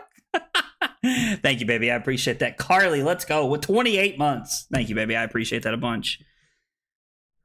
Hey, Andrew, what's up, man? Yes, I'm very excited, honestly, dude, to just go and hang out and, like, relax. It's gonna be a lot of fun. Let's go. And Carly with 12 months of big support on YouTube. Thank you, baby. I appreciate it. Carly is the best wife in the world. The best wife in the world, bar none. I think I like having the Quicken token and the +1, if I'm being honest.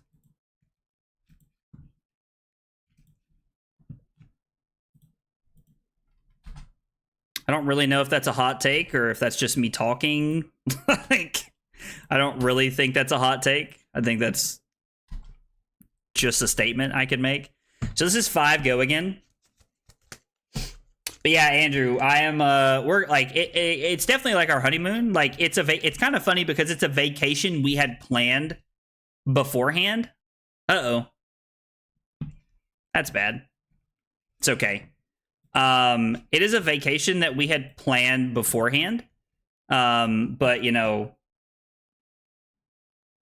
it's like kind of like it's our honeymoon because it's just 2 weeks after like we got married, which is cool. So I'm very excited, and I think Carly's very excited as well. I think we're both very pumped at the idea of just being able to go and lay on the beach and just kind of hang out and drink for a week. Excuse me. I told Carly that the one thing I was a little worried about is that I'm gonna like really be like, oh, island time's a real thing. Like island time is a real thing, and I'm gonna like fall into that.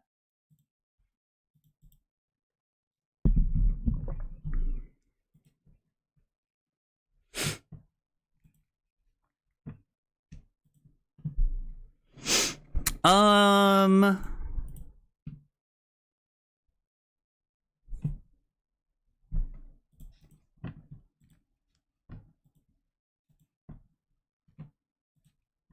going to Arsenal the sink below here. So we're going to load, go back to 31. Coming back around to Heart. I guess we shuffled. We're going to load a Purifier. I'm going to use Tunic and throw Command and Conquer. And then we're going to Arsenal a sink below. Hey, what's up, Vajith? How are you, brother? Island time is very real. Experience that in Hawaii. Yeah, Martin, I'm excited, but I'm terrified that like Carly's gonna have to drag me back to civilization come next Saturday, because we leave on Saturday and then in a week and 2 days from now we come back on that Saturday, and something tells me coming back on that Saturday will not be easy for me at all. And I think we can just take some damage here, right? Like we can do this and then we can play out our hand. We've already seen the discard your card hand trap, and we've already seen the gain power trap. So we're able to throw the pistol twice and play Command and Conquer this hand, which I think is a turn that really buys us a lot of tempo. We could make a safer play of playing the sink below here to play around them having potentially having like a trap here and not having an arsenal, so that we could save some life and we could just arsenal the Command and Conquer if we needed to, which is definitely the most safe play. But I think that I want to kind of like, I want to apply as much pressure as I can here. Love how she is supporting and also kind of trolling the stream. Dude, that perfectly describes Carly to a T. Like, I would not stream if it wasn't for Carly. Like, Carly is the one that like pushed me to stream and like follow and like do the things that I want to do when it comes to streaming. And like it definitely feels like Carly picks her opportunities to throw out when she resubscribes, right? Never heard of Island Time? So Tunix, the idea of Island Time is that like when you're there, like time just kind of slips away. That you're not thinking about like, oh, I got to do this or I got to do that or I got to figure this out. You're literally just like you're literally just enjoying existing. And so that's kind of the idea behind it, is that like you fall into this sense of like, oh, I'm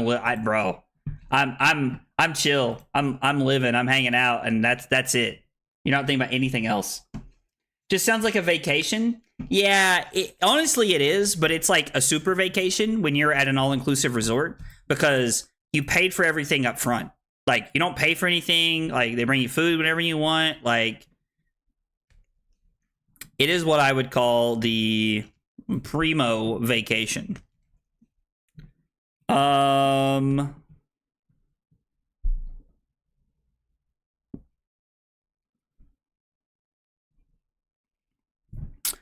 mean, this seems like a good opportunity to just play my Sink Belows for my hand. I'm going to put the Weakest Link on the bottom, and then we're going to go Sink Below and put Firewall on the bottom. Wow. Really? Okay. We're just going to attack with Censor then.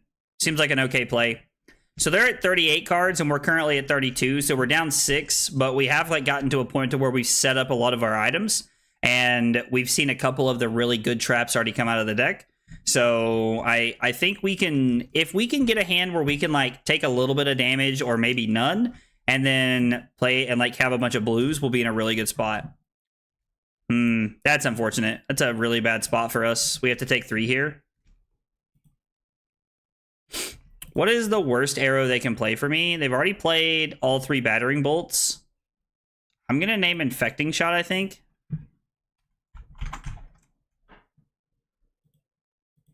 They could play Command and Conquer here, I guess, but I'm going to name Infecting Shot. Maybe Codex is a card I should be worried about. I don't know. Well, I'm glad she did. Oh, dude, Martin, thank you, man. That's really nice, man. I really appreciate you saying that. It's very nice of you to say, man. Really means a lot. Truth, Martin. Thanks, Andrew. Thank you, man. I really appreciate that. It was like, you guys know how to make somebody feel good. I appreciate it very much. So aim counter, this is for 7. So I can give Spark of Genius and Sink Below, put the that all you got on the bottom, try to find a blue. And then we can try to load up and do some things here. Bottom this, we rip into the Amnesia. Okay, I mean, we can load 2 items, play Amnesia here, and then Arsenal Sigil. It's a pretty good place to be, I think. It's not a bad place to be at. When you call my name, it's like a little prayer.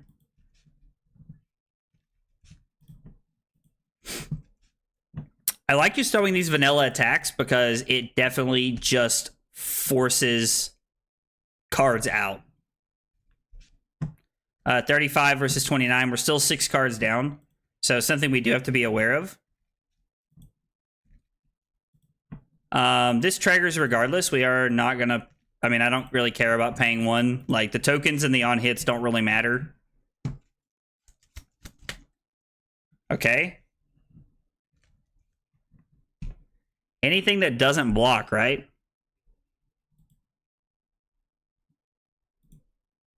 Yeah, we're going to take 3. I don't care about this. This is fine.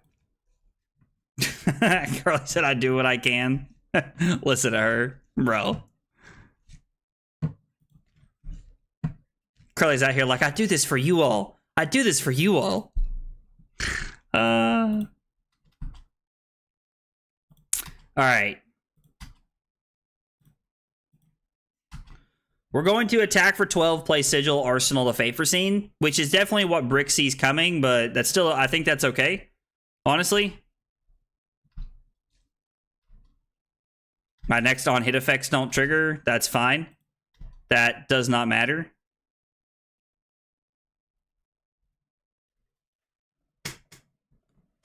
Load the Pistola, and then we're going to load the Chamber.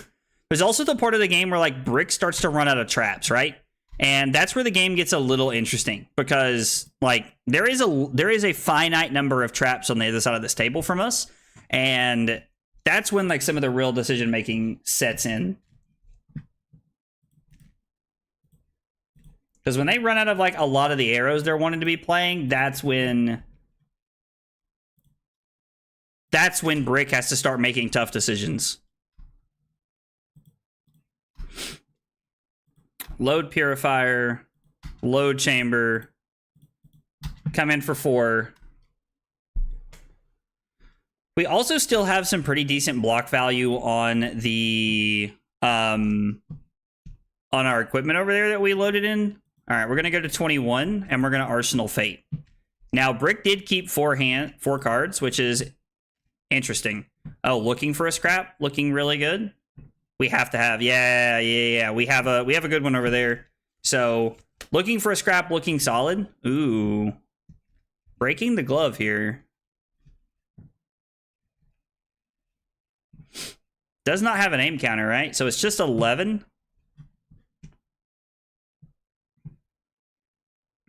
4, 6, 8, 11.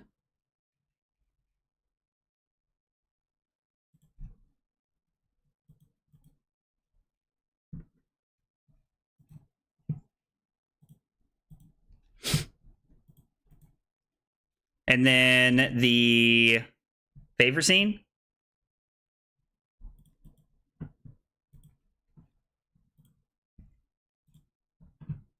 Let's leave that on top. I like seeing that on top. I'm pretty sure she does it for you and loves seeing you happy. Dude, you have no idea how true that is, Martin.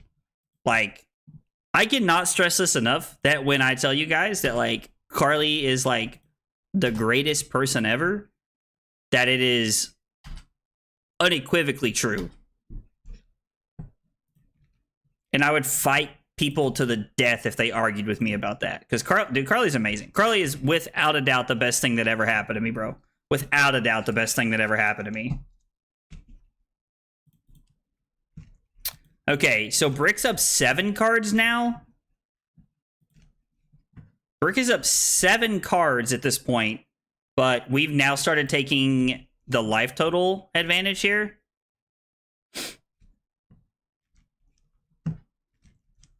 I can't decide if I want to throw pistol twice right here or if I want to arsenal the respite. Like, arsenaling the respite doesn't really matter, right?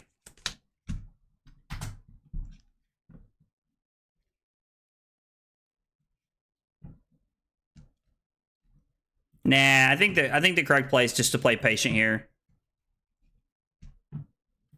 Okay, well, the inertia trap makes our decision for us. The inertia trap makes our decision for us. We pitch this to load, and then we're just going to come in for 4 one more time here. Like to see that. Like to see that. I mean, don't get me wrong. I think I would have rather have had the respite in our arsenal, but the fact that Brick is forced to play that within a certain window really makes that decision a lot easier for us. We're just going to take 2. Chamber goes to the bottom. That is not ideal, but it's okay. So load, load, load, load, activate, activate, crash the boards for 4. Man, it's a grind, but we're getting there, right? Like, it is truly a grind, but we're getting there slowly but surely. Boulder Trap is unfortunate, but okay. It does not kill any of our equipment, and there are more pieces that we can replace it with. Now, Brick does make the right decision by getting the Crown of Providence, which I think is just correct at all times. I don't think there's really an argument to get any of the other ones because we can replace them. We cannot replace Crown of Providence. Yo, what's up, Noel? How are you, brother? I missed the start. Do you know Brick? Yeah. So Brick hangs out in the Discord. Brick hangs out with us a lot. He plays in all the Talishar tournaments. Like, Brick's a really cool guy. He says love you a lot when he's leaving. That's like his thing. I've learned that's like what he says to me.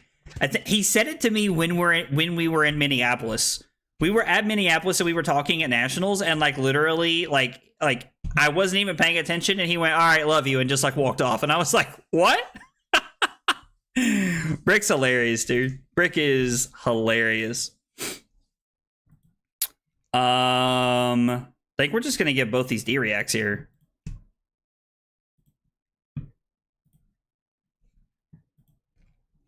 Just trying to brew up the new Vin list. So I have to say, I figured did you watch Second Cycle last night, Noel? I was like, I know that Rob and Chris were kind of like working with one a little bit last night, and Chris's looked pretty cool last night. It impressed me. I won't lie. It impressed me last night when I was watching it. It looked pretty sweet. So I'm curious to see what you come up with as well. Would you drive a little over an hour for an LL skirmish? Yeah, probably. I really want to go to one more skirmish. So if there was a skirmish within an hour of me before it ended, I would go.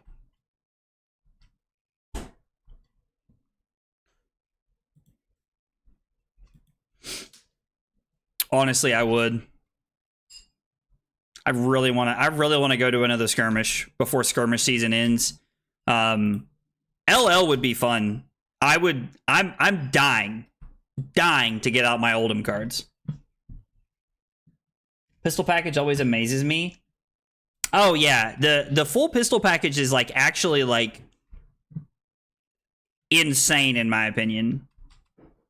It's one of the like full like really cool things you can set up over the course of a long game that I think is really interesting to see, because it is just so inevitable over the course of the game. My closest skirmish besides my local one is like 5 hours. Dude, doubt. Same, bro. Same. I mean, I think mine was more like 3 hours there was one away, but it was too long for me to consider actually driving. I'm kind of interested in equipping this. Like, do I even want to equip it, or would I rather just throw all the pistol stuff here? Like, I think we're at that point in the game where I'd rather just be throwing pistol stuff as much as I can. Because it kind of seems like Brick is out of traps here. I mean, he's definitely not out of traps, but we're reaching that point in the game where he's going to have to start blocking with normal cards more than it's going to be traps. Now, he does have the reaction trap, which is still pretty scary, but the reaction trap does scare me a little bit, I won't lie.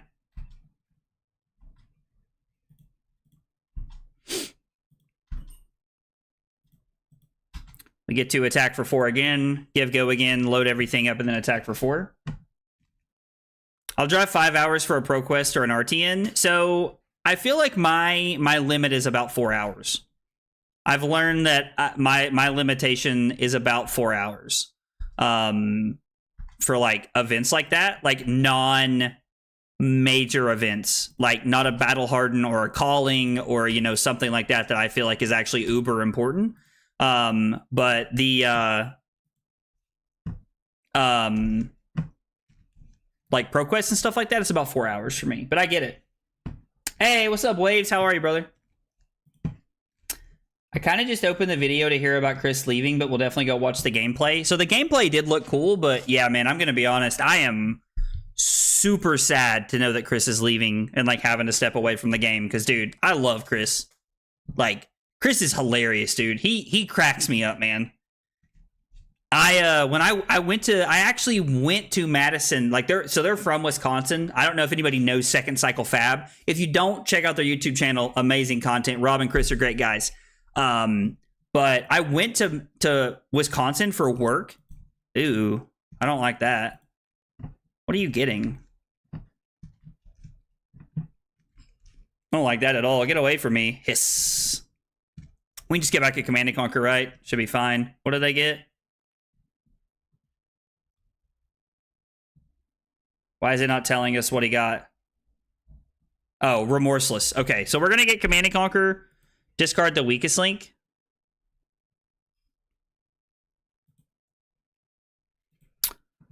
I think we can take one here. We're really taking 2, I guess. Load the pistol and then load the pistol and the purifier, and then throw weakest link. Seems pretty solid. But yeah, anyway, it is... Andrew, the pistol is 4 each time because of plasma purifier. I'll move the bar up here. So if you don't know what plasma purifier is, it's a item that you can pay 1, and then you can remove a steam counter from it, and it gives your pistol +1 for each one that you remove it from. So we're getting a lot of value off of our pistol items this way. So I kind of refer to this, like, not to be like, you know, too weeby here, but I refer to this as kind of like setting up Exodia. Using induction chamber, if you have 2 induction chambers and 2 plasma purifiers, you can throw the pistol 3 times for 4, which is 12 points of value during the turn.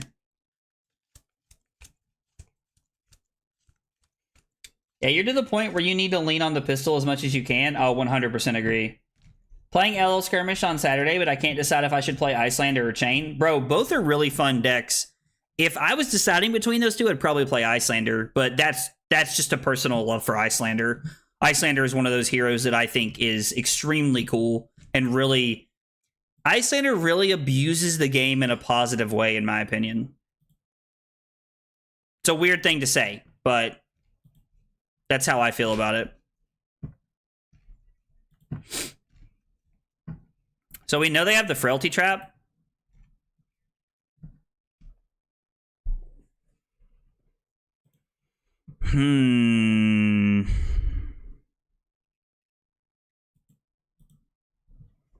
I think this is fine, though. How to troll aggro for 24 hours. You're going to have fun plotting. Me and Chris were chatting at like 11 p.m. outside our hotel after day 1 or 2 of Nationals. Yeah. When I went to Wisconsin for work, Chris picked me up from the airport to go hang out with him and Rob. And I got to say, I thoroughly enjoyed talking to Chris. He was really cool. Like, he was a lot of fun. I was kind of a little worried, if I'm being real, because it's like, oh, I'm sitting in the car with somebody I've only ever talked to online. And I was kind of like, this could be a little awkward, to be honest. But nah, dude, Chris was awesome. Chris was super chill. Super chill. See, these are the normal cards that Brick's blocking with that I love to see. We're going to throw Command & Conquer, Arsenal, the Respite. Forced to give us at least 1 card here. Miss playing Icelander. Probably just stick with her. I mean, yeah, like, Icelander's awesome, dude. Icelander's a lot of fun, dude. A lot of fun.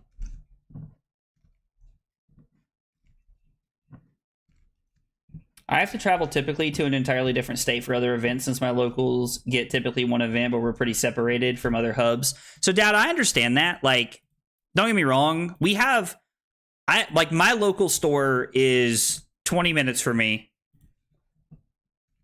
There's a really good store about an hour and a half for me.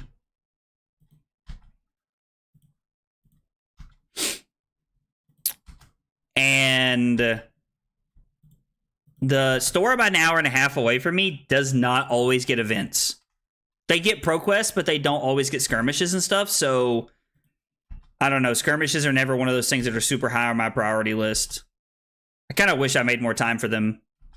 Like, you get some really cool prizes. I'm just always like, man, is it worth it to get in the car and drive, 3 hours to not be able to win an invite to Nationals or to the Pro Tour? Yeah, hour and a half is far to the next store. Like, it's not bad, but it's not great, right? Yes, I will pay 1 for that. I was going to put the chamber into play, but with the way this is going, we're just going to do this. We're just going to go ahead and throw the pistol for 4 one more time. Amount of times I've sat in the car with someone I only talk to online is more than I care to admit. I love the honesty in that statement, Noel. Love the honesty in that statement, brother. It's hilarious. But I get it. Damn. We gotta go to 6 here.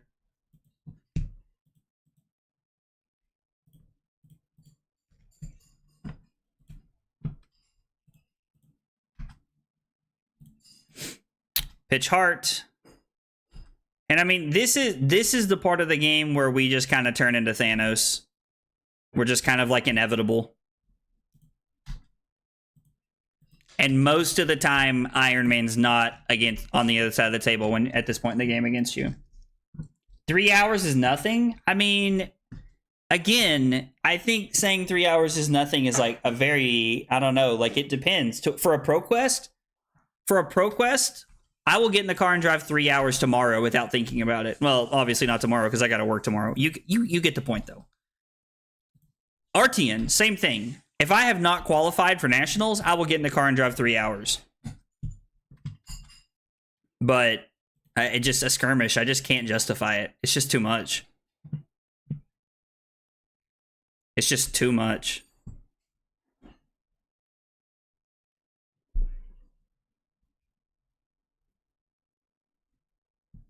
Well, let's hope we don't die.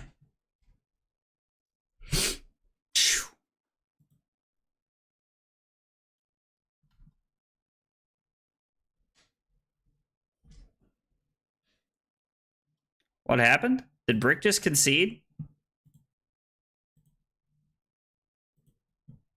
Was he saying that was his last chance to kill me, I guess? Oh, he didn't have any more traps. Okay, so Brick was basically saying that was his last chance to kill me. Brick, if you happen to make it back to the stream, good game, brother. I was like, you've been putting in a lot of work with that Riptide deck, man. Yeah, for a ProQuest or an RTN, it's less of an issue. Totally agree. 5 hours tomorrow for a Battle Harden here? Yo, let's go. Bosun, where's the Battle Harden at tomorrow? And is there coverage? Is there coverage? Wait, if there's a Battle Harden on Friday, that means you have to, that means it's Friday where you're at right now. More than likely. I forgot to block the last card? Oh. I mean, you could have thrown another card up there, Brick. Like, we could have undone it. Would have been okay. Would have been okay, man. I'm really lucky living in the Pacific Northwest. So many game stores in the area that are only 25 to 50 minute drive. There's an armory by every day of the week. See, that's really cool, man. I'm going to be honest, like as much as I enjoy streaming, I probably wouldn't go to an armory every day of the week, but it is cool to have that option, right? And I think there's a lot of validity for people to be able to travel and do things like that. Okay, this is a matchup that feels like it should be free. I could definitely be wrong.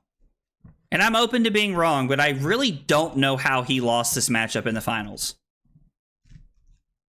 I think this is a 69 card matchup.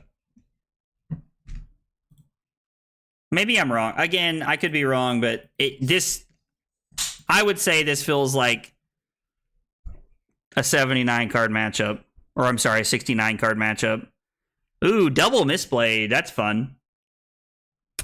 I kind of want to put Purify or Chamber into play and then Arsenal that all you got to stop the daggers. But I think we're just going to put Chamber into play and Arsenal Purifier. The faster I get the items out, the faster we can get going.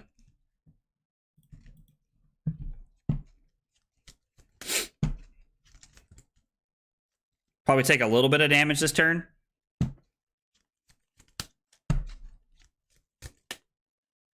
I think the way Riptide wins the match is to dominate Murky Water multiple times and to use the reaction trap. Yeah, that's probably the best way for them to win the game, right? It's probably just the best way for them to win the game. I am inclined to agree with you, brother. I am inclined to agree with you. Dominating Murky Water, like, I mean, it's also one of those matchups like where you probably have the time, right? Like, you probably have the time to set everything up that you want to be able to do that, so... What's my obsession with 69? Bro, I don't think anybody said 69. Get out of here. Get out of here, you freaking troll. Josh out here trolling me. Yo, Mello, what's up, brother?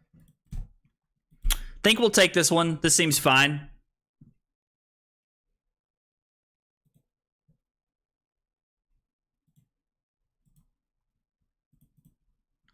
Man, I really want to throw this Command and Conquer at them. So... here is my thought process, right? We're going to attack them for 2, pitching the Heart to go to 39. God, I love playing Heart of Fandle. Jesus, I love this card so much. Like, This is one of my favorite cards I never get to play anymore. I wish Victor played this card. We're going to do this, and then we're going to throw CNC, because CNC has a better chance of buying tempo and 2 cards from their hand, which means we have an easier chance of being able to play out our Purifier while still setting up a positive arsenal here. Now, we could have just attacked them with the pistol and then played Purifier, but we already have 2 chambers in play, so I'm a big fan of trying to get some cards out here for tempo. Oh, get out of here, Josh. Yeah, I am running 69 cards. You freak. Josh. Josh is in full force tonight, ladies and gentlemen. Reliably block Firewall, E-Strike here. Load Pistol, play Purifier, Arsenal, Fate Foreseen. Depends on their hand, though. Enigma or Enigma New Moon for Skirmish. I would tell you, Slime, or Slim, I guess. Yeah, it's Slim, sorry. To only play Enigma New Moon if you have practiced. It's not an easy deck to pilot. Them some non-mech cards. Yeah, Mello, this is the list from, this is the list that got second at Calling Manila.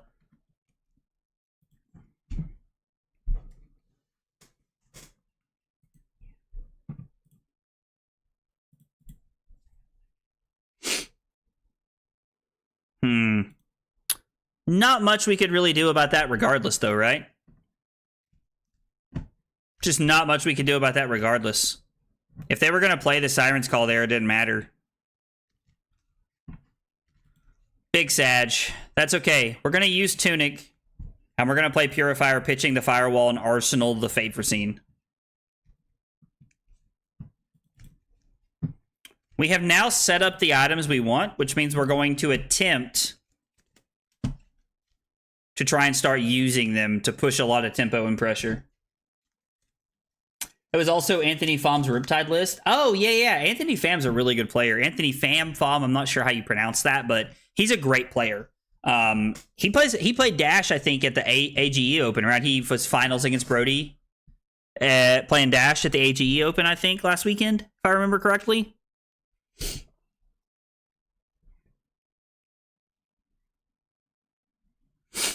Shoo. Guys, appreciate y'all hanging out and being here tonight. Appreciate everybody chilling. We're kind of getting like a repeat of the Manila finals, right?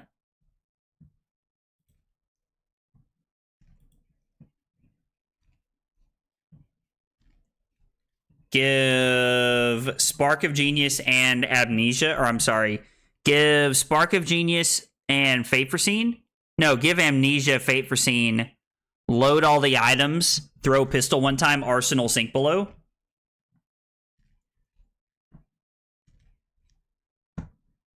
Yeah, we should block here, right? And just choose not to load one item.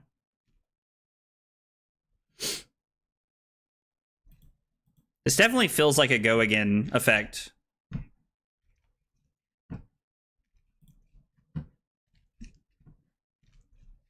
Like, it's pretty unlikely they just threw 7 at us. They would have like led on a dagger or something, I would think. Hey, Martin, let's go. I appreciate that. Yo, if you guys are hanging out on YouTube, make sure you hit that like button. I would greatly appreciate it. Goes a long way. Goes a long way.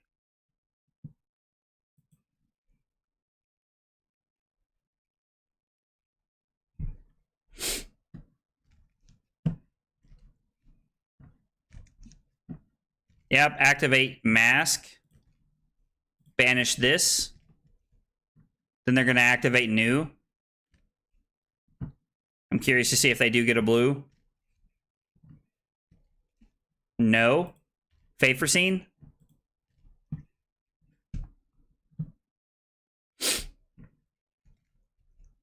Let's bottom that.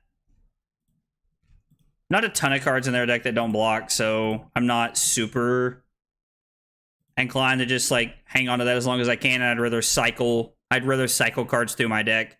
I'm not going to shoot the pistol. No reason to. We're just going to pass. They could have a new hand, like a Runeblade hand, where they want to block, so we're just going to play it like this.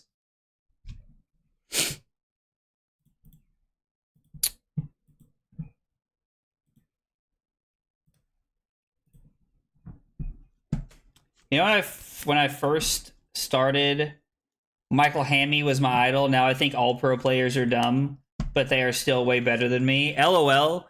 Okay, so I wanna hear about this because I know you, Brick. Why do you think pro players are dumb? Because that's a spicy take, bro. That is a spicy take right there, fam. I'm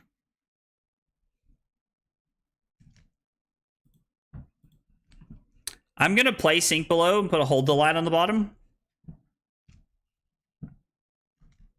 Oh, it is go again.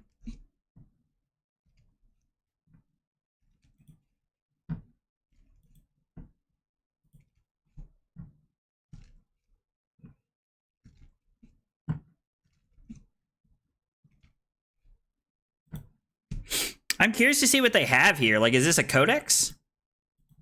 Codex doesn't even get them back anything impressive here. So Codex would be surprising.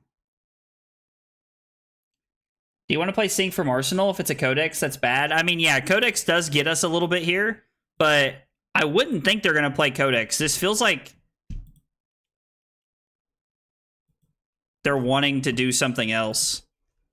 Ah, I love it. They think we're protecting our hand and we're not. That was a pretty good use of us getting a Rousing Wave. I'm going to be honest. I wasn't even like...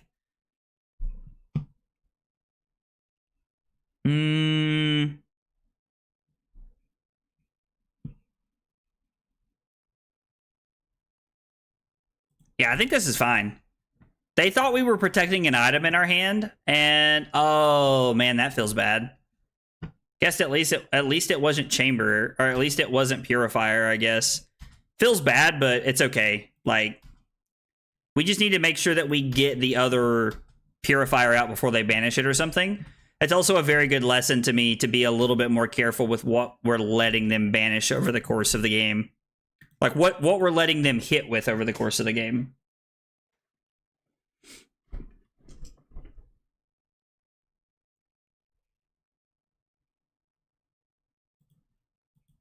The interesting part about, like, you know, and I think about this because Brick just brought it up, like, Michael Hamilton is just insanely good at card games in general. So for anybody who doesn't know, he played Magic for years. And then he, you know, started playing Flesh and Blood and just dominated Flesh and Blood. And I saw a picture of him the other day. I say the other day, this might have been like a couple months ago, where he was like, he won some kind of like other card game tournament that I had like, it was called like Alpha Clash or something like that, I think. Like, I've heard of it, but I've never played it. And like, I mean, Michael Hamilton's just scary good at cards in general. Their card selection when deck building all the time, they see something I don't. The Amp Arrow is one of them. I think the starting point of Amp Arrow's attack isn't worth in Ranger. You mean the fact that it starts for 2? So, I think the best way to see that card is how it gets played with 3 pumps. It's the same thing as playing another 1-cost arrow, but for free with 3 pumps, Brick, is their reason. But I get it. There's a lot of things that pro players see that I don't as well. So I understand. I'm going to be playing Benji this weekend. I actually feel pretty confident that I'll do better than just 1 win. I mean, dude, Benji's really cool. Benji's really cool, man.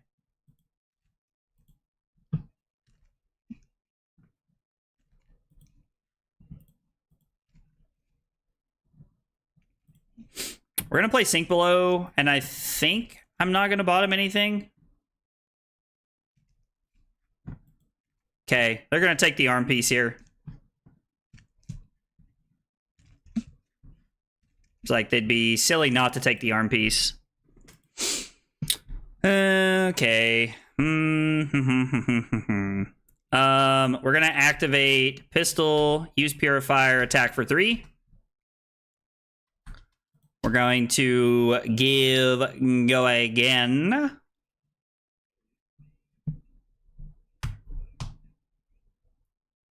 We're going to throw the pistol one more time. Then we're going to use Tunic to play Scissor. Jesus, I can't stop yawning tonight, bro. Michael is goated, I agree.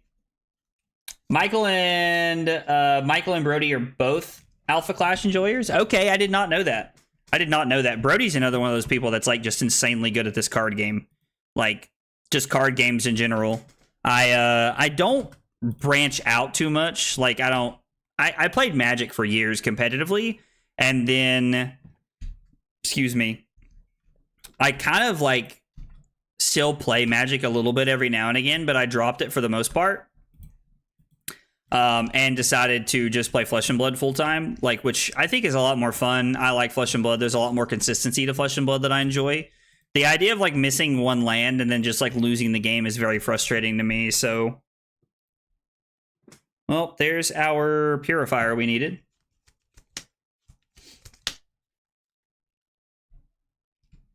Oh, Roger Bodie.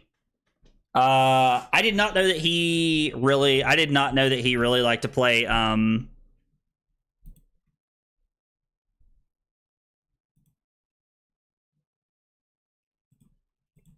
did not know that he really liked to play Alpha Clash. But him and old Michael Hamilton seem to be really good friends.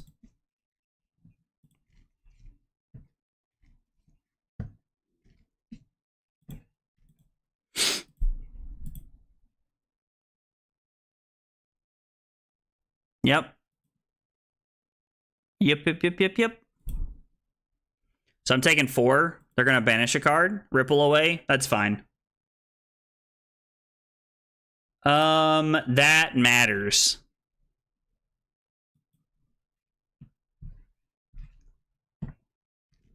That matters. We've seen one arm and one leg piece at this point, so I'm kind of just like taking a chance on which one I draw. Yeah. So fortunate, but I think we need a block like that. Arsenal the Purifier. So now they know we have a weapon. Immediately draw an arm slot. Punished. Yeah, they're the MNR cast. I mean, it's true. Brody may play it. I don't have favorite players anymore after my favorite MTG player got caught cheating a few years ago. Who got caught cheating? I'm just curious, Waves. I don't really remember anybody getting caught cheating. But I've been out of Magic a little bit. I play Magic like locally at some events, but that's about it.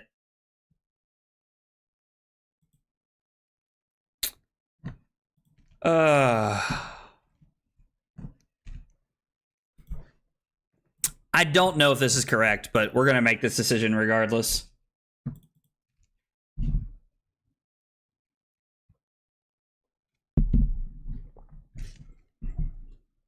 When you call my name, it's like a little prayer.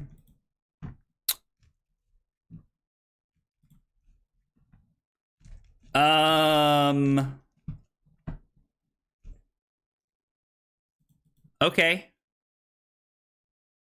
I think I'm willing to let this happen here. Oh, I do remember Watanabe getting caught cheating at the PT. It was when he was playing Tron. It was the whole land thing. I do remember that now that we're talking about it. I do remember that. Yeah, the Tron land thing. My favorite player is someone that doesn't main the horse so aggro is out. I mean, listen, Josh. Not every viewer can be perfect, right? Oh, man.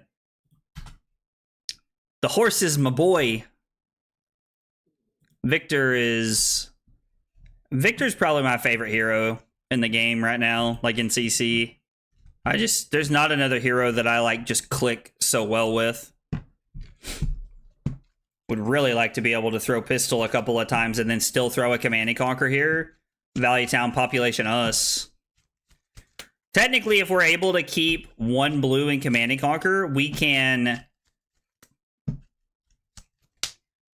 activate Purifier, pistol, use Tunic to throw Command and Conquer.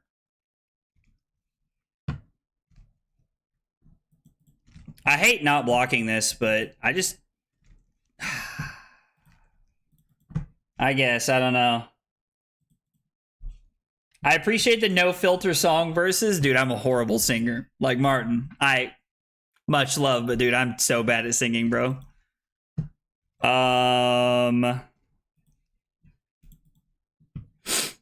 Since we have the Fate, I think I'm okay with this.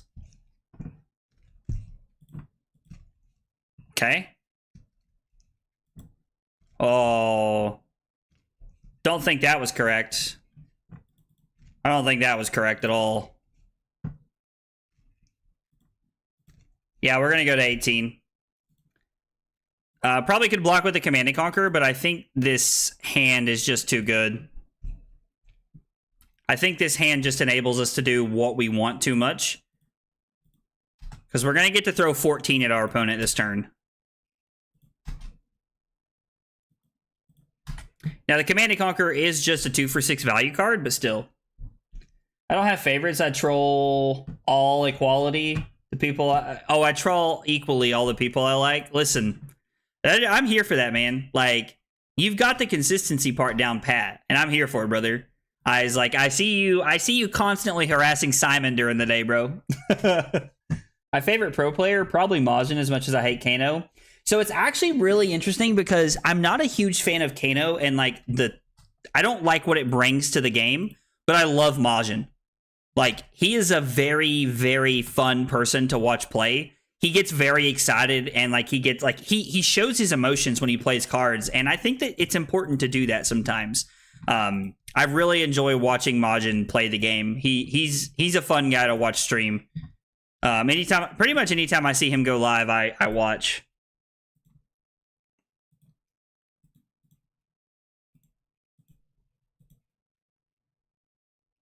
Command and Conquer. Well, joke's on you. I've got the fate for seeing, buddy.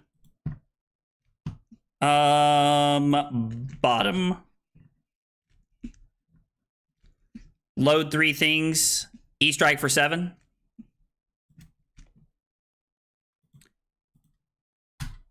If we had just seen like a D-react on top, I would have left it on top, and then I would have loaded 3 things and went E-strike for 5.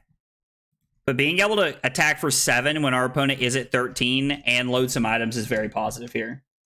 Is that Agroblaze 69? No, bro. Agroblaze 69 is in the chat right now. Everybody welcome the one, the only, Tailored Crawford. Also, by the way, if you guys didn't see his tweet earlier today, his wife is going to be streaming Flesh and Blood tomorrow for the first time, which, I mean, is pretty cool. Like, I think she's kind of like learning Flesh and Blood was the take that I got from Taylor's tweet, which is fun. Like, it's cool to...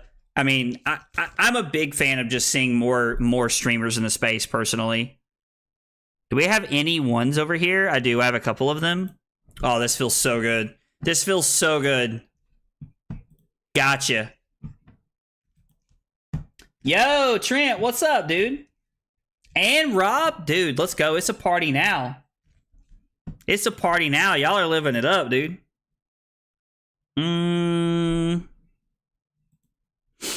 I would really like to throw this at them.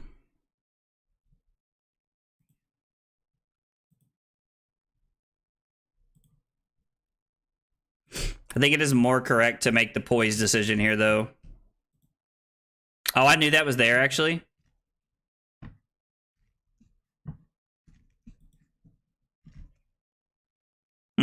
I could discard this to deny them the silver. I knew that was there. That was so stupid. I should have blocked with the Ripple Away. Pitched the Sigil to come in for 5, and then attacked with the pistol. Was a dumb play. So we're going to throw Sigil, and then I'm going to go ahead and activate Ripple Away. I don't want to give them a silver. Plus, if I let it get banished, it's just a card that goes to my arsenal later.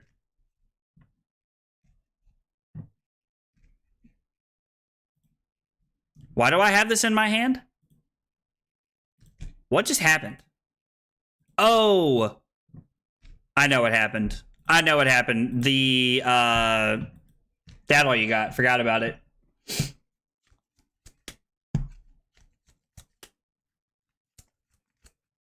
My man said 0 and 0. What's wrong with Kano? I mean, Waves, I'm not a big fan of... So, in all seriousness, I'm not a big fan of Kano because I think he offers a negative interaction. I don't think that people like playing against Storm. At least against Storm, you had counterspells and random things you could do, and it just doesn't really feel like you have that in this part of the game. And so I'm not a big fan of it for stuff like that. I think we're going to say no blocks and take this. Pitch stacking and staying alive is hard to do. Listen, pitch stacking and staying alive, I feel like is like my go-to. It's like what I enjoy doing more than anything, which probably talks about how much of a toxic player I am. But anyway, trying to schedule my wife to match your schedule, fight for the views. Taylor's just out here fighting for the views. Listen, man, you picked a bad night to start tomorrow night then, because brother, I don't stream on Fridays, so you picked a bad night to start trying to steal the old views there, fam. But I appreciate the honesty. All you had to say was Storm. So I'm always hesitant about like using Magic references because not everybody played Magic, but I forgot you told me that you came from Magic the other night. So I'm more open to like using those references with you now when it comes to things like that. I hate attacking when we have a frailty token, but I mean, yeah, you can run rewind, but I don't think that saves you. Oh, yeah, the new wizard cards are great, dude. The new wizard cards are great. Like, let's just be honest, Ether Wildfire is a problem. Like, I don't know who thought combo was okay, but I don't appreciate them for it.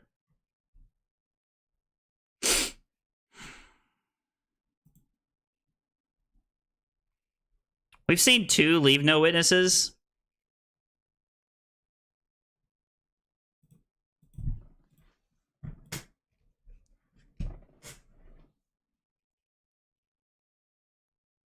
I'm gonna name Bonds if they let this hit. Yeah, a lot of frailty value there. Think Wildfire's gonna be banned after Kano LLs. Majin's max damage Kano challenge was cool to see. I did really actually enjoy watching that. That was really cool. So is it better to name a reaction here instead of an attack? No, it's better to just take Bonds off the table, right? What's it called? Bonds of Agony? I'm pretty sure that's what it's called, but I can't remember. This is where I would ask for Oracle text at a tournament to make sure I'm just not bag-nunning it up over here. I notice you don't like attacking with frailty on board. Yeah, I'm not a fan. I feel like I lose too much value. Yeah, I'm a Verdance player, even though listen, there's nothing wrong with jumping on a hero before she comes out, right? Like, there's something to be said, man. There's the last levels.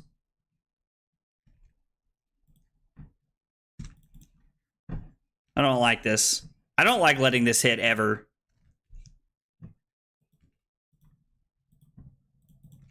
We are going to block this, and if they have a pump, they have a pump. Like, if they have a just a nick, it's just a nick. I want to block this out. I think we take this, right? Load a chamber. Throw Amnesia. There's the last Siren's Call, too. Wildfire isn't going to be bad outside of Kano. You might instant Arcane to piggyback the Wildfire damage, but you don't have Blazing Ether to finish. I'm curious to see, like, if they actually come out with something that could... Like, if they ban Wildfire and then show us something that could be, like... That could be a problem with it, right? Like, I'm curious to know if they're going to do something like that. It also has this weird combination between Dredge and Soul Sisters. It does look like a lot of fun, I agree. Dredge was one of my favorite decks back in the day. I played a lot of Dredge for a while there. I, too, plan to main Chapel Roan. Bro. Yes. Chapel Roan is like... dude, I've been listening to her music. Like, you can ask Carly. She has to listen to it every time she gets in the car with me. Anytime I, like, drive my car somewhere, like, Carly has to listen to me sing Chapel Roan. Which, you know, if you've heard me sing, it's bad. Don't listen to me sing. Then, you know, if you know kind of thing. Everyone's a big Chapel Roan fan. I mean, yeah, she like really blew up this year.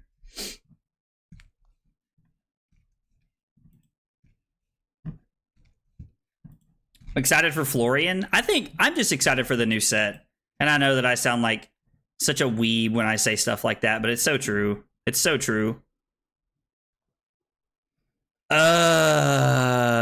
Dude, miss me with this trash. We could have done the Ripple Away here. I just hate the Frailty token. Yeah. I'm going to throw 7 at him. We're gonna throw 7 at him and play the Sigil. Arsenal to sink here.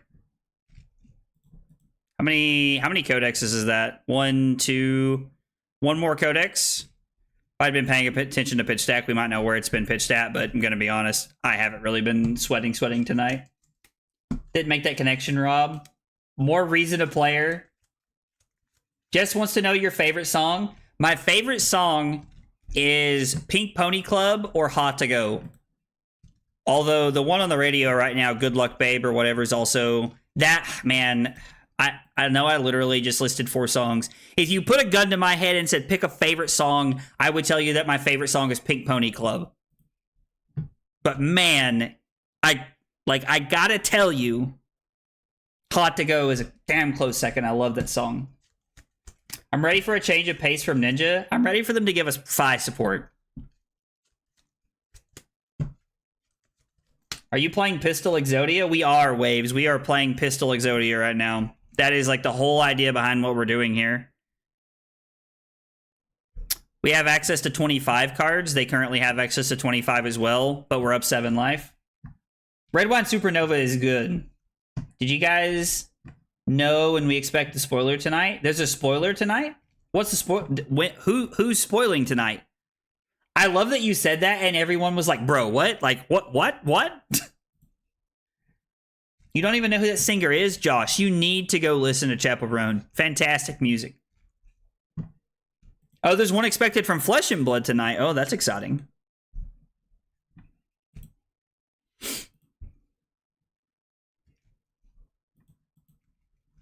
No blocks. Put them up. Put them up, put them up, put them up. Am I just supposed to play both the respites here?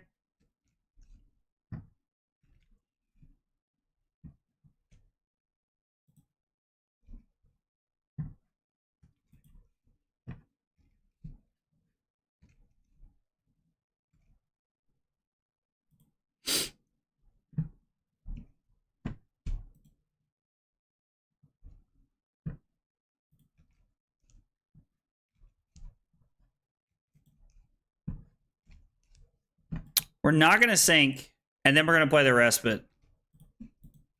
We'll take 1, go to 10, let them take nothing from our deck.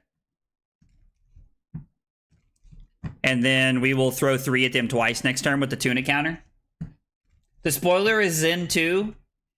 You take that back right now. You didn't mean that. Zach, just perfect the Royal Phi list. You want to play that one so bad. Listen. The Royal Phi list is awesome. I like how they banned Bonds and said, don't worry, Katsu's got a card coming in Rosetta. The card is unplayable. I mean, yeah, it's really bad. Like, I was gonna like try to have a little bit of a counter argument there, like Brantley, but like, yeah, bro, it's not great. The new card, it's not exactly. Just saying, we're not exactly lined up around the block to be getting the new Gust Wave card. Like, it's a cool card, and I like the art on it. That's more of a Ninja preference for me, though. But, like, you know, I do agree with you, Brantley. It's one of those things, like, Chief called. That ain't it. You know? And trust me, Chief called. He called. I picked up the phone. Was a hard conversation to have, but it was a good one. All right, they give us a card. They have to give us 1 more card here. And then on the next one, they have to give us 1 card as well. Now, one of the cards on one of these attacks can be masked, but more like Bust Wave. I like that. That's funny. Zen 2, pitch a chi. It's just Art of War. I might start crying. If they did that, like, mind y'all's business when you see me crying at events.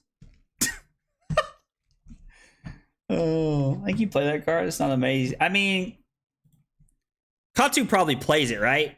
It's just a 0 for 4 that, like, has combo text, so, like, it probably gets played, but yeah, it's not great.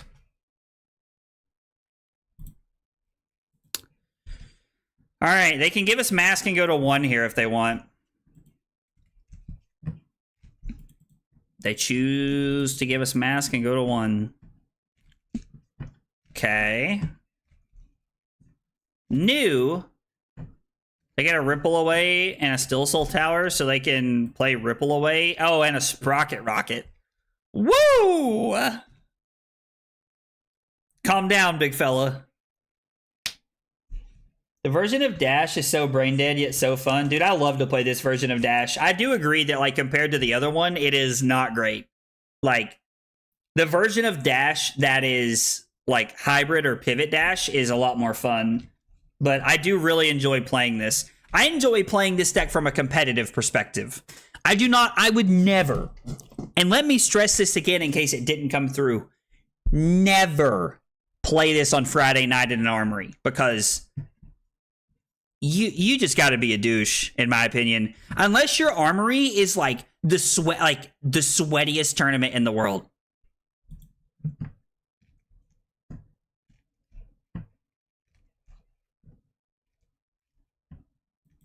I think we're saying no blocks here. No, the Slither. Activate new again. Do you get another blue? Oh, it's another Ripple Away. Look at ya. Look at ya, big fella.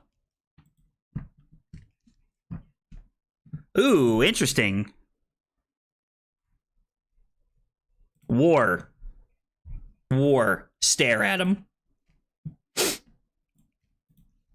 Ayo. What if the armory isn't sweaty? I'm just really bad? Okay.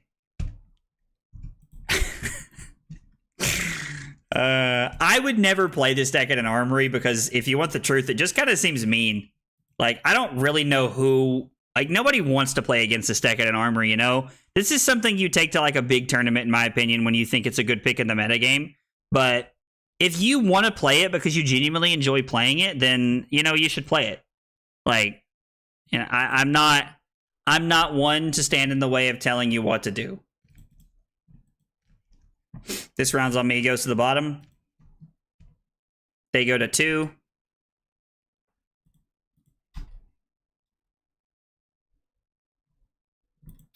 How many cards can we take from their hand here?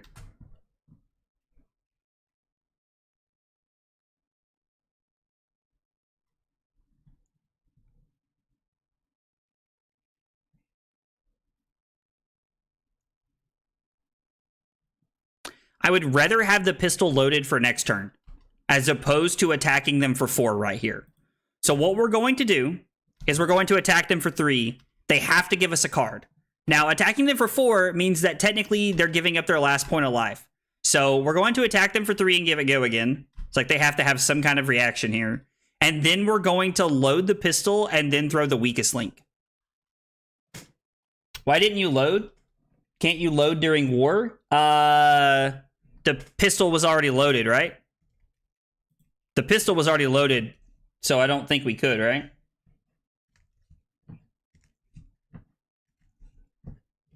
I played Teklo at my LGS, but again, like, I don't think Teklo is like...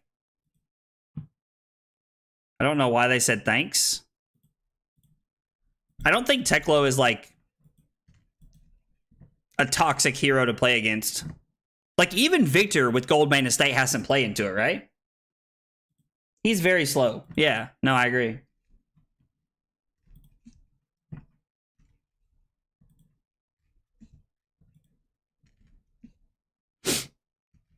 One, two, three, four. 1, 2, use the pistol to load something else up afterwards. Block here, leave attacks in the deck. Yep, we are at the stage of the game where if we lost, I would be surprised. Not saying it's not possible, so let's not all, you know, lose our minds just yet, but getting to this point in the game, I think this rips every card out of their hand. And if they don't have another D-React, we might just win on the spot here.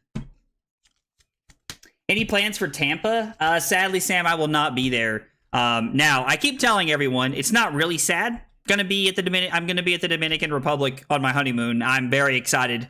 So, like, please don't feel bad for me that I'm missing Tampa. But there's always that competitive itch in me that like wishes I was going to Tampa, just because I want to play cards. That's just who I am. But I'm definitely more excited to be at the beach and hang out with Carly.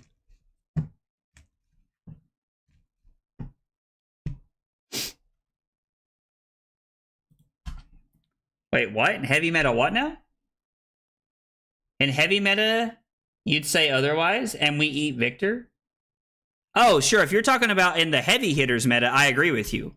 Tekla ate Victor alive. It wasn't even a contest.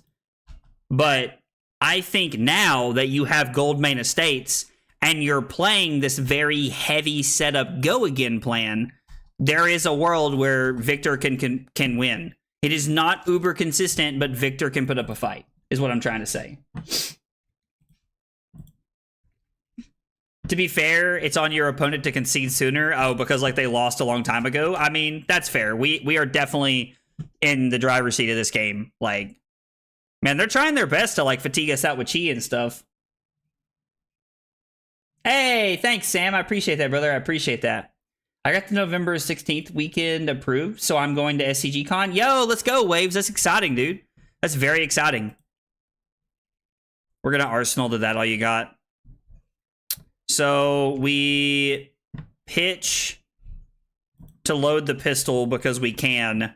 Throw the weakest link because it forces 2 cards, and then we get to Arsenal that all you got. Now, that means they're also under war, which is pretty good for us, but loading the pistol is correct here. Dash is going to LL because of this type of build? Probably, Justice. Like, Dash is not too far from LL and CC, and I think that's one of the things that's really cool about Dash, is you never know what you're playing against. Somebody was talking about that earlier, too, in the chat. It's kind of like Dory. You know, you can play Dawnblade Dory, or you can play Great Axe Dory, so... Oh, yeah. The weakest link in second cycle is super solid. I guess, actually, we could have attacked with a pistol there, right? We could have pistoled, given it go again, loaded the pistol, and then thrown that. So we could have taken another card out of their hand. That would have just been better. That was a mistake. Playing against Dorinthia, being on 5 life, and them at 49, and milling them out, and killing them with a little toxic with Teklo. Oh, you're saying like there's no space for like Teklo in the metagame? Is that what you mean?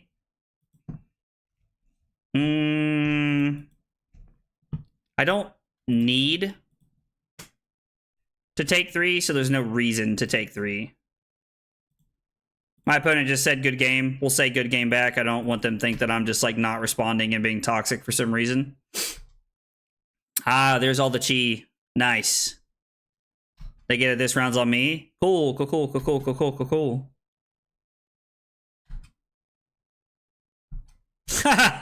Is it all chi?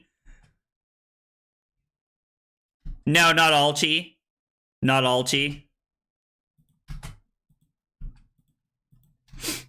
I mean, I assume they're not going to block, but I'm going to make the correct play anyway here. Not trying to, like, slow roll them or, you know, be a douche or anything, but always want to make the correct play when I can. 20 turns and we were able to close it out.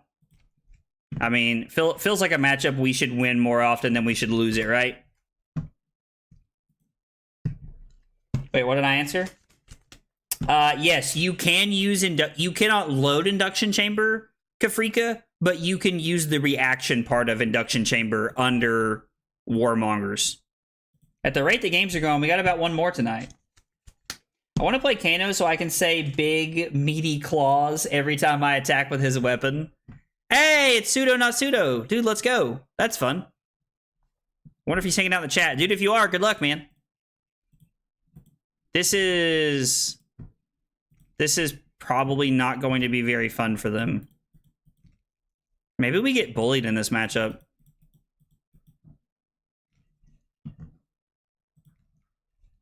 Anything's possible, right? Just had to tune out of the stream.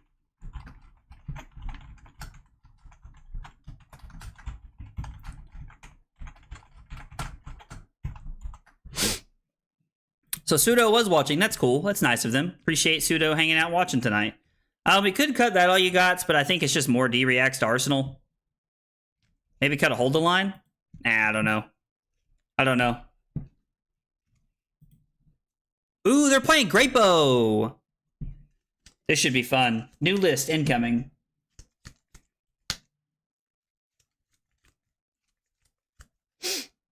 $20 turns better than 60? I mean, yeah, that's true. It's better than the Guardian Mirror, right? Better than the Oldham Mirror. Skirmish I went to last weekend, 3 separate Oldham games went to time. Are you talking about LL? Yeah, dude, if you're talking about an LL, brother, well, I guess it's the only... He's LL'd in Blitz, so it'd have to be an LL. But yeah, I believe it. I believe it, Brad. This is way cooler fatigue deck than Oldham. That's fair. Is the goal not always the induction chamber plasmas? You're taking... So Mello, I'm taking 1 induction chamber here because the idea is that we can win with inevitability and we can fatigue Azalea. But in order to fatigue Azalea, we have to be able to stay alive. And if we have items in the deck, we may not be able to stay alive. Now, the fact that he's running Grey Bow probably gives him better chances than us, I would say. We're going to set up good equipment, arsenal that all you got, and load our weapons here. Warmonger's Diplomacy buys a lot of room in this matchup as well. Also, I think they dominate less with the New Horizon build, but I can't remember. Do people not enjoy Hammer for 4, Siege, Rampart, Earth React? Dude, so, Tonics, I get it, bro. I mained Oldham for, like, ever, dude, and I get it. I understand, brother. But no, people hate it. People hate it, man. Oh, my shirt's all tangled. I can feel that my shirt's like sideways. Yeah, dude. So Waves, I get it. Like, it's hard to like just say I'm gonna play this one hero forever. Like, it's fun to have multiple heroes to play, man. Hey, Martin, thanks for hanging out, man. Hope you have a good night, brother. I'm taking this to locals. Time to make some... Vito said time to make some enemies. Dude, playing this at locals, bro. So toxic. Kind of here for it, though. I won't lie. Kind of here for it. So no D-Reacts from Arsenal. So 5, 8, 11, 14. 3, 6, 10, 13. I mean, we can just play Warmongers, right? So if I block 6, 10, I take 4, go down to 36.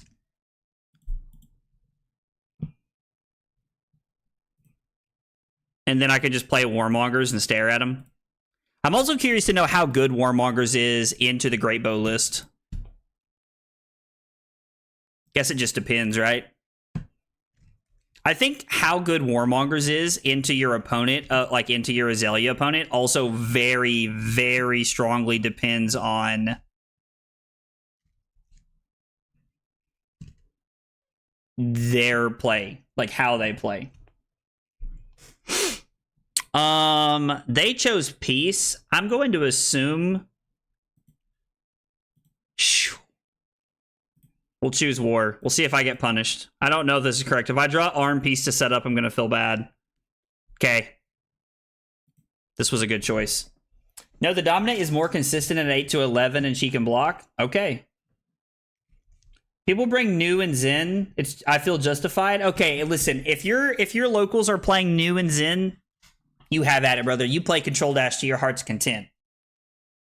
I'm still high on the deck I sent you the other night, though. I mean, Brad, I'm not going to lie. I started looking at the card pool to see what we could put together for that, because that's pretty sweet. That's pretty sweet.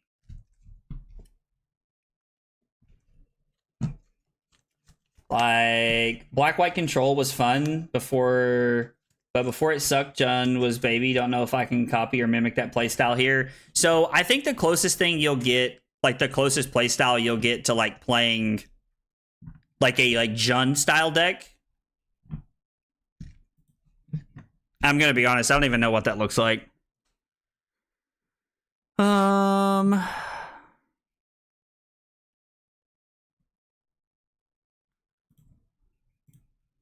I can load. Like, Jund is probably something like Victor, to be honest. Jund is probably something like Victor. Probably be the best way I could describe it to you. Because Victor is a very efficient deck.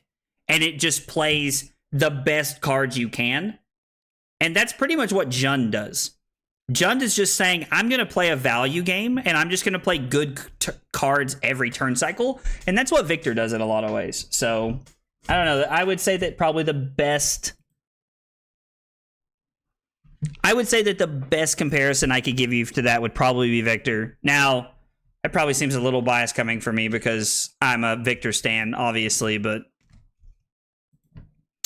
Oh, is that a little Judge, Jury, Executioner action going on over there? Okay, I see you, opponent. I'm not speaking nonsense. I'm not speaking nonsense to Waves or anybody who's played Magic. Bring him to the swamp and teach him a lesson. Assassin does give some Jund gameplay vibes. I agree with that, Vito. Oh, yeah, I should have loaded the pistol, Jody. You're right. I started talking. My bad. I should have loaded the pistol. Absolutely correct. Absolutely correct. It's Bagnun30 in the house. It's your boy, DJ Bagnun, aka Zach. 11 Dominite. 4, 7, 10. Damn, really? I can't cover this up?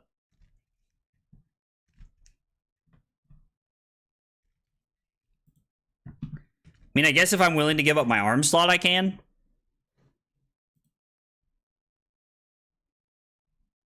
Pox and Inertia token.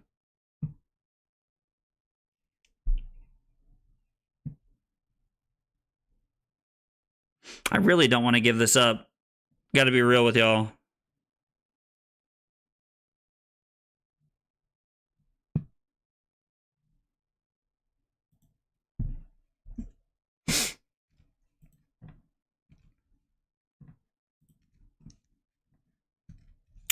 Man. Dominate's been set up pretty well here. The Inertia token really sucks as well. The Inertia token sucks.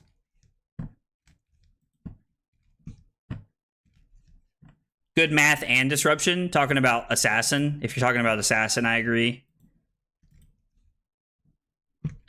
So...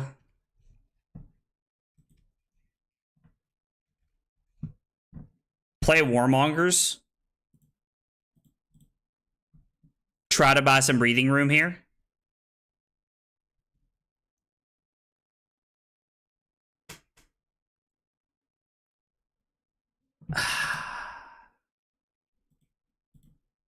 I think we're just supposed to name War. We're going to go Pox, then Inertia. Yep. And we're going to pitch here. Let the sink below get Inertia away. Drew and Amnesia. It's fine, I guess. Amnesia's fine. What are traps? Traps are what Riptide uses. They're defense reactions, but they have text on them that like does things other than just like sink cards to the bottom of the deck. Immobilizing shot's cool. I mean, it doesn't really have any text unless it has an aim counter on it. I feel like I should pick up some of these cards, some of these like aim counter kind of things.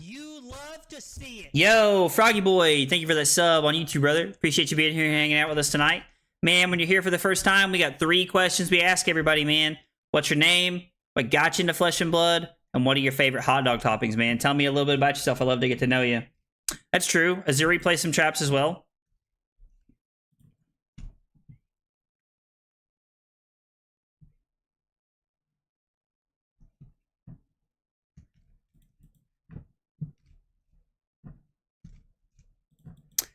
I'm not going to play the Warmongers, mostly because I can't, but also because I don't think we should.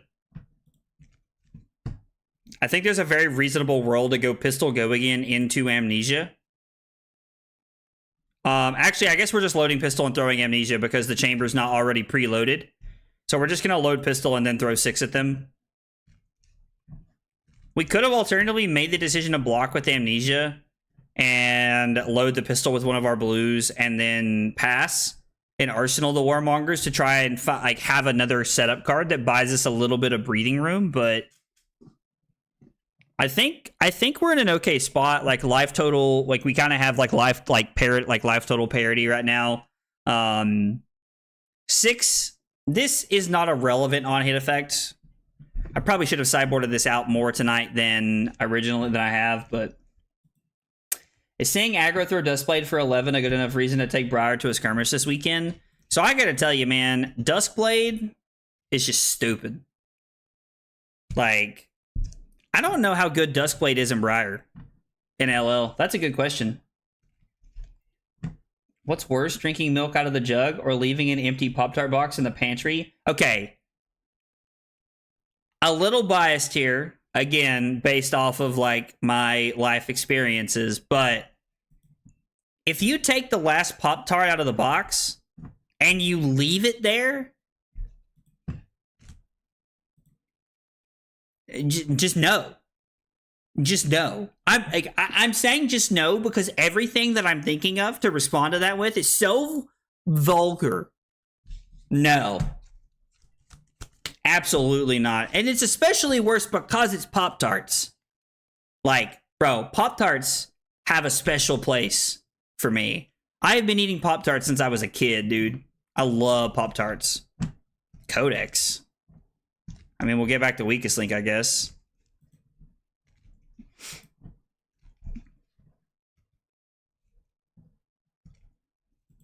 Yeah, it's pretty good.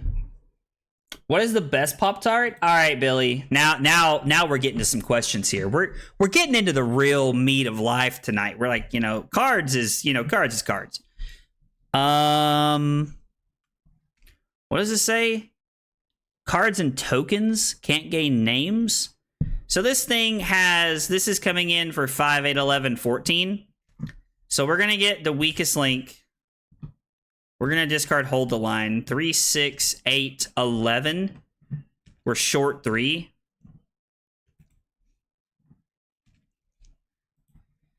Whew.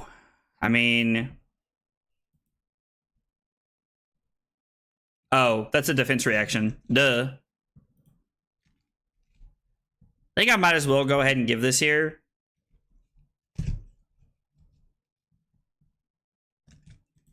Yeah. Since we have the frailty and we're going to get the inertia. No, we could throw the weakest link at him. We could take 5 and throw the weakest link.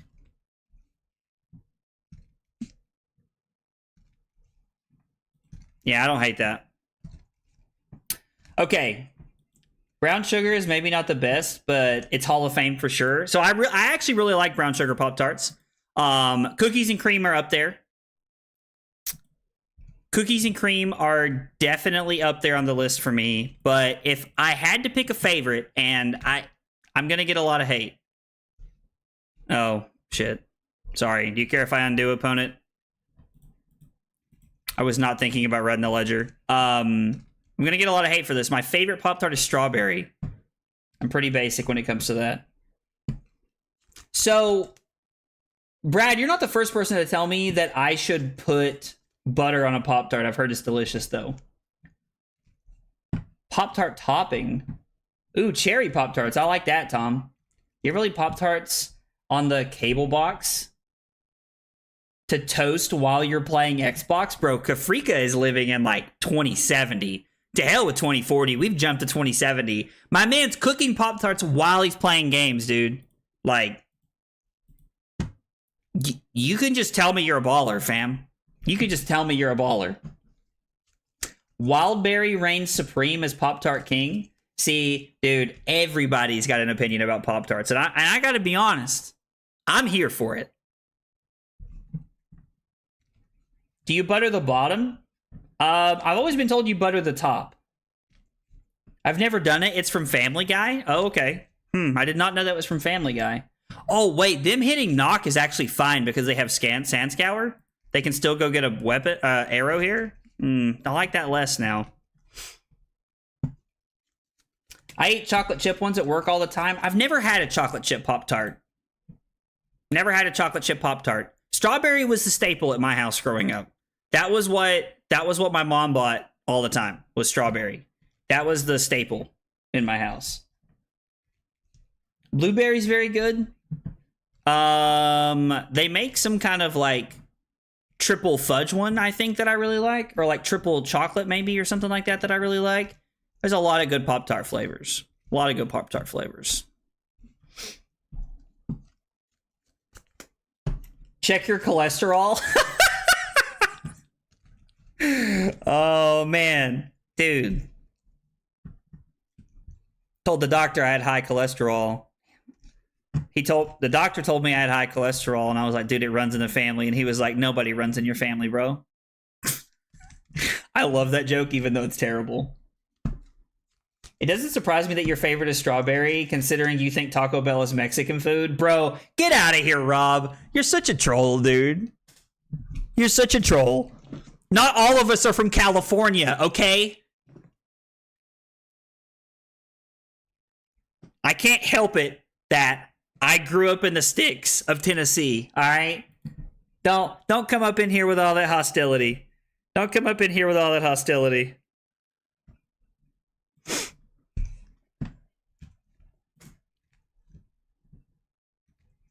I don't think either of these are... Oh, it is dominated.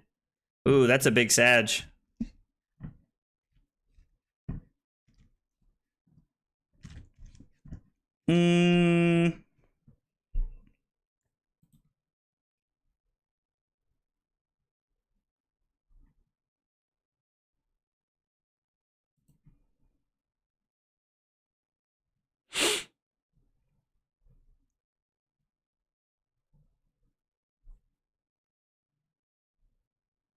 I think this is okay. Yeah, other than that, how was the play? Mrs. Lincoln is right, dude. Is right. Yeah, Sandscour's looking really good this game. Ooh, I get to pick what I want to banish? Yeah. We're about to see how Stone Rain trigger works. We're about to see how Stone Rain trigger works.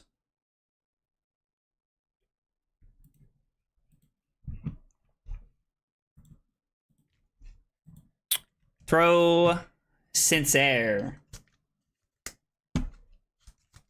Okay, so I do lose the card. That's what I was curious. I didn't know if there was a world where I could go Seek and then stack the Stone Rain trigger behind it. I didn't really know how that worked, to be honest. What are we trying to stop them from playing here? Well, I just named Drill Shot because it's face up. And it physically forces them to make another play. Although, admittedly, they're probably happy to do so. Okay, so I do just lose it. Yep, so Billy knew that. I definitely did not know that interaction. Oh, they control both triggers so they can stack them. Inertia, you control the trigger and I get to order them? Okay, that makes sense. I feel like it's been a year and I still don't know what that bow does. Dude, so Scan Scour Great Bow says once per turn action, pay a resource. Look at the top card of your deck. You may put an arrow. We're trying to read this. Opponent, we're trying to read this. You may put an arrow from your hand or the top of your deck face up into your arsenal, go again. And anytime an arrow gets put into your arsenal, face up, it gets an aim counter. I'm pretty sure that says face up. Oh, from your deck. Face up in your arsenal from your deck, it gets an aim counter, which is pretty cool. Victor should have its own thing. Victor should have its own command, as much as I play Victor. Sandscour reads... feels superior to Death Dealer Azalea players? Is that the Oracle text, Billy? So is that what I can expect when someone hands me one in the tournament? Oh, man.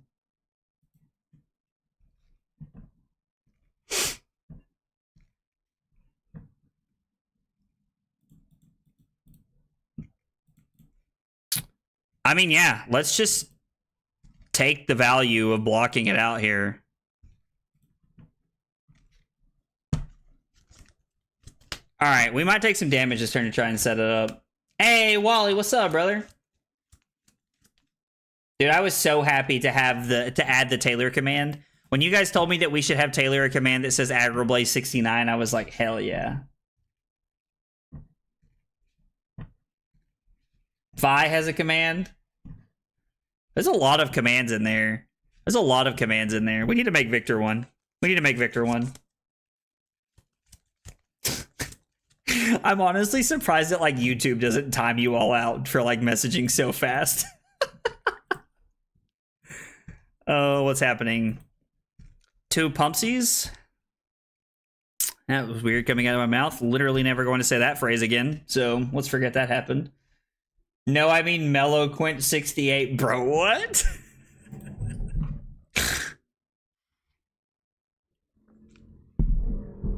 So the next thing has +6. God, please don't Spire sniping at me. I literally about said, oh, they went top, but then I realized they have to go top at Spire sniping. I would like to throw Command and Conquer at them. I'm probably willing to take a little bit of damage here.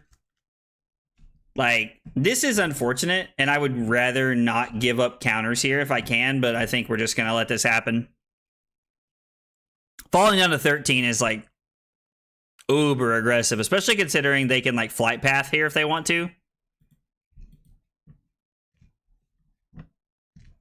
So we're going to pistol go again after we load the chamber into throw Command and Conquer, play Sigil, Arsenal, Fate Foreseen. So we're going to end the turn at 14, and hopefully we can pressure them enough to make their hand awkward. Is this the first Command and Conquer we've seen? Bros of Stalin. It's turn 9, and we've only seen 1 Command and Conquer? What? Aggro 2 pumps Blaze. Have y'all been talking to Carly? Have y'all been talking to Carly?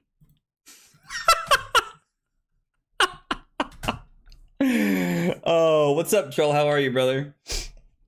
Yeah, dude, so the funny part is, Brad, I honestly think you were the first person to ever use the Fi command. Maybe not literally, but, like, you gotta be one of, like, maybe you and Trent. Trent might have used it at one point. Other than that, I don't think anybody's ever used the Fi command. Because for a while, like, the commands were there, but nobody ever really used them, so Oldham does not have a command. That Oldham does not have a command. I made a Fi command when I was playing Fi all the time. Like, when I was playing Fi all the time, I made a Fi command because I thought it was pretty flavorful considering everything. Arsenal of Fate Foreseen. Hopefully this bought us a little bit of tempo. Was really hoping to rip into another Command and Conquer there. 2 minutes is heaven is better than no minutes in heaven. Oh man, dude, y'all are cooking tonight. Chat is cooking tonight. I thought Silas did have a command. How do you know that Ben has a command, Trent? How do you know that Ben has a command, bro? What?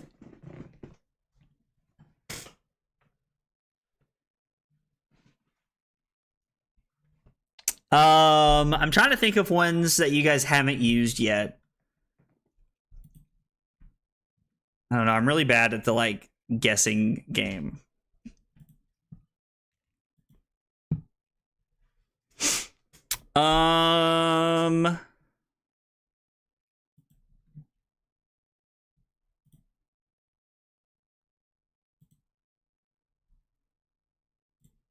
We're gonna crown away the amnesia.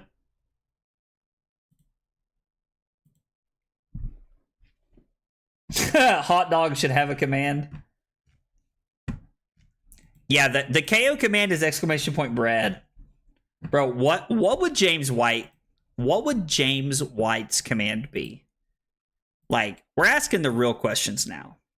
We're asking the real questions. If James White had a command, what would it be? That's true. I would be a terrible content creator cousin.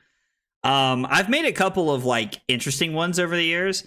So Adam from Chicago has one, exclamation point Adam. One of my locals, Billy, has one. I'm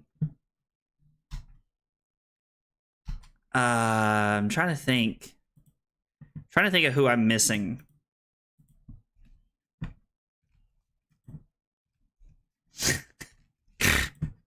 We will make a Salisbury steak and Pop-Tart command. Hell yeah. Hell yeah, we will. Yeah, I know Adam's got one. Zechariah's is actually DAC. Exclamation point DAC, I think. Because his name on Twitch is Dacosaurus Rex, and that's what I called him for the longest time. Yeah, Brad's from Ohio. I is indeed an Ohioan. Ohioan? Ohioan. I think I'm having a stroke. Listen, we need a hot dog and a Pop-Tart command. I think that is a must before I stream.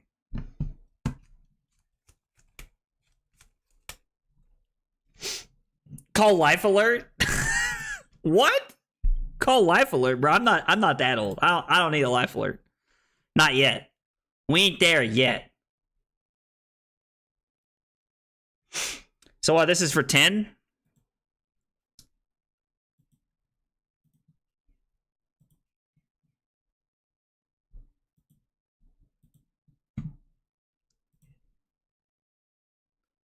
Oh, release attention? Should have thought that's one through a little bit better. All right, so we get to cover this up for 10. No taking cards from our hand. We don't get to gain any life. We get to throw pistol twice here, and we still have the Fate Foreseen Arsenal.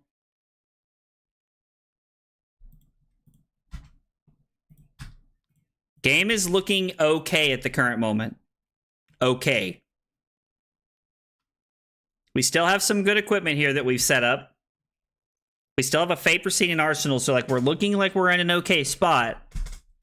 Just we gotta hang on.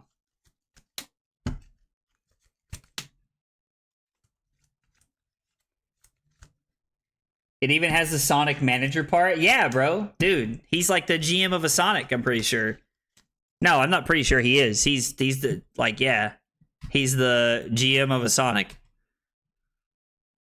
Of a Sonic right down the road from where I work. Well, I say right down the road. It's about like 15 or 20 minutes, but yeah.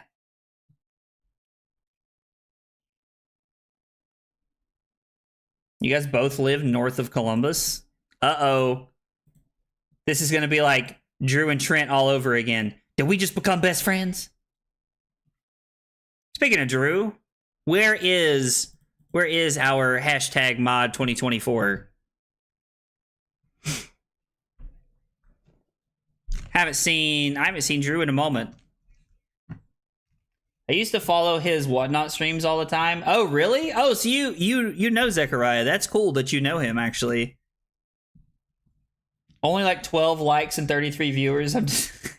I love that this has become like such a common thing to talk about how people like aren't liking the stream enough. And I really appreciate it. 2, 4, 7, 11. God, don't you just love it when a plan comes together? Actually, we should keep the legs in our deck, right? Just in case. Play the sink below. Not gonna sink anything. Load the pistol, throw Command and Conquer. This is only Command and Conquer number 2, I'm pretty sure, so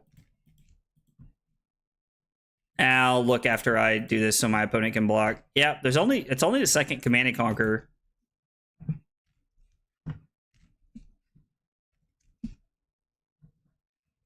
I told you Tuesday that Drew abandoned us and you defended him. Bro, Drew has not abandoned us. You know what I bet Drew is doing? I would bet that there are any one of 3 things Drew is doing right now. It's 10 o'clock. It's 10 o'clock. So Drew is hanging out with his girlfriend. Drew is playing Flesh and Blood. Or Drew's asleep. Or maybe he's silently hanging out. Maybe he's been here the whole time and he's just not talking because he's like hanging out in the background. Dude, Drew would never leave us. Drew would never leave us. Drew is like, so Drew and Trent are like OG members of the community by far. Like, they were some of the first people to ever like come and hang out when I was streaming. Uh-oh. What is this for 7? It's a yikes for me, dog. So this is awkward. It's fine. I'm just being dramatic. Like, this is perfectly fine.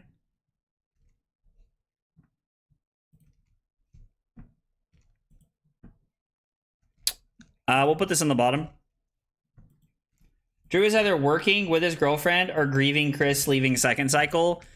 I'm going to go with grieving Chris. I like that option the most, I think. I like that option the most. Grieving Chris is a good option. I'll take it.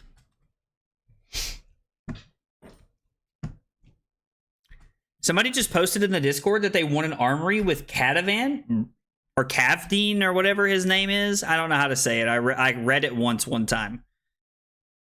Are you serious? That's really cool if they did. That's awesome, bro. He's lurking on a secret account. How long have you been streaming for?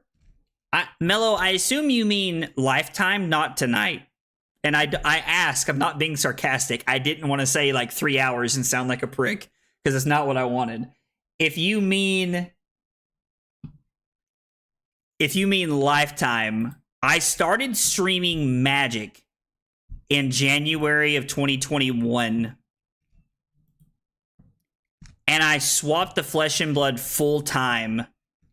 I started making some Flesh and Blood. No, I started streaming Flesh and Blood in July of 22.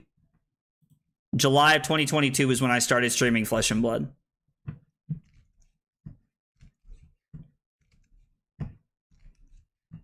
Twitch has a counter. Oh yeah, that's right. You can personally just look and see how long I've been streaming today. Duh, forehead. Don't listen to me. I'm just talking out the wazoo.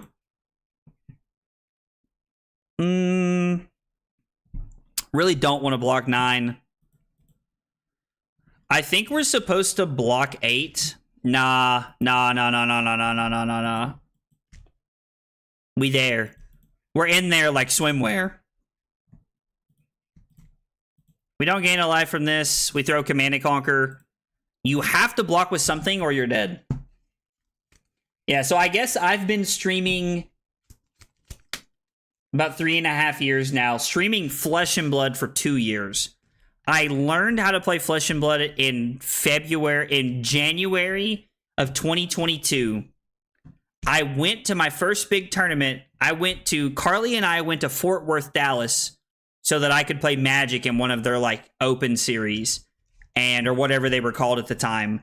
And I went 5-0 on day 1 of the Magic tournament, into 5-3 to not make day 2. And that was the nail in the coffin for me. That was the day that I decided I was done with Magic. When I physically went from 5-0 at the top tables to 5-3 to not making day 2. What set was that? Everfest. Everfest had just come out, Keaton. The other day I went back and watched the Fi stream where I went on call with you before the first Talistar tourney, and it was the first time we really interacted. Yeah, dude. So like the funny part is like the first time interacting with like everybody who hangs out now, it's really interesting to think about because I feel like I know a lot of people so well because of the Talistar tournaments or because of playing games with you all or just because of like hanging out in the Discord and talking to you guys over the stream. Now, like, I understand that like I don't personally know you all in real life like some of you guys, but I feel very, very much that, I don't know, like one of my favorite parts of playing cards is getting to know everyone. And I feel like I have truly had a blast getting to know everybody and like the differences in like the interactions with people over the last like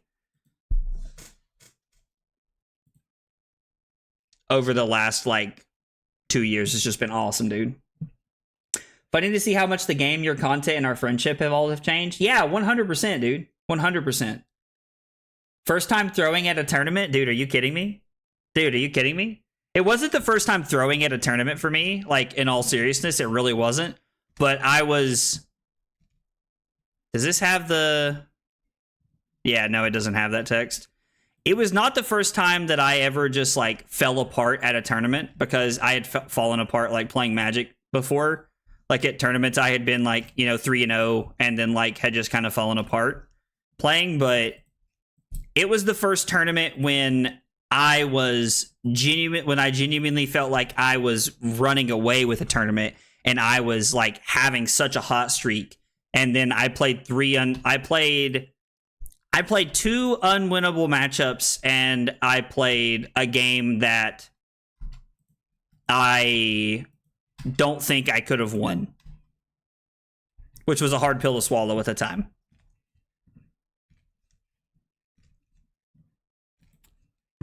Dude, Keaton, I was like, please join the Discord, man. Guys, that goes for anybody. If you're hanging out and you're like, if you're new, you've been here for a long time, you're not a member of the Discord, please join, dude. We have free tournaments. We have the Talishar tournament once every couple months. We're doing a giveaway. It's got all the instructions for the giveaway in there. Like, the Discord's great, man. A lot of great people hang out in the Discord.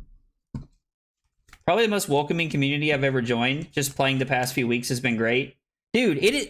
On Waves, that is like probably the best way I've ever heard it described, and it's so accurate. Coming from Magic to Flesh and Blood has truly been like a breath of fresh air. That is wholehearted the truth, man. I love Flesh and Blood. I love the community. Everyone's super nice all the time.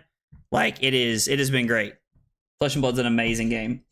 Yeah, 24-hour streams right around the corner, Mello.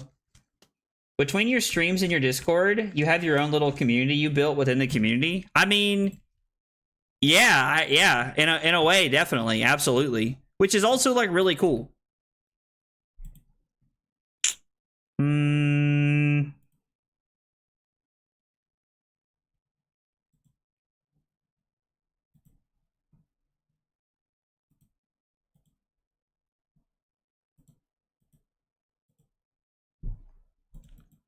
Yeah, like, to Brad's point, like, hanging out and, like, talking to you guys while I'm streaming, it makes streaming so much better.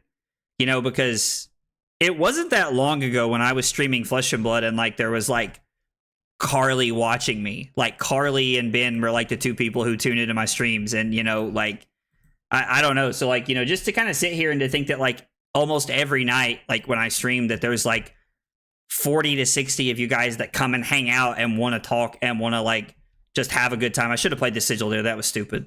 I don't know. It's a very heartwarming thing to think about, man. Do you know anything about Brickhouse collectibles? Yo, let's go. Holden, are you going? What are you going to Brickhouse for, bro? I love Brickhouse. Pat runs a store. Amazing guy. Pat's awesome, bro. Since we are fellow Ohioans, may I ask what? Oh, okay, ask me at your home store. I like Flesh and Blood more, but I'm so much worse at Fab. Like, so Brantley, that's also a big thing too, right? Is like, if you've played other games, I feel like Flesh and Blood has one of the highest. What does this say?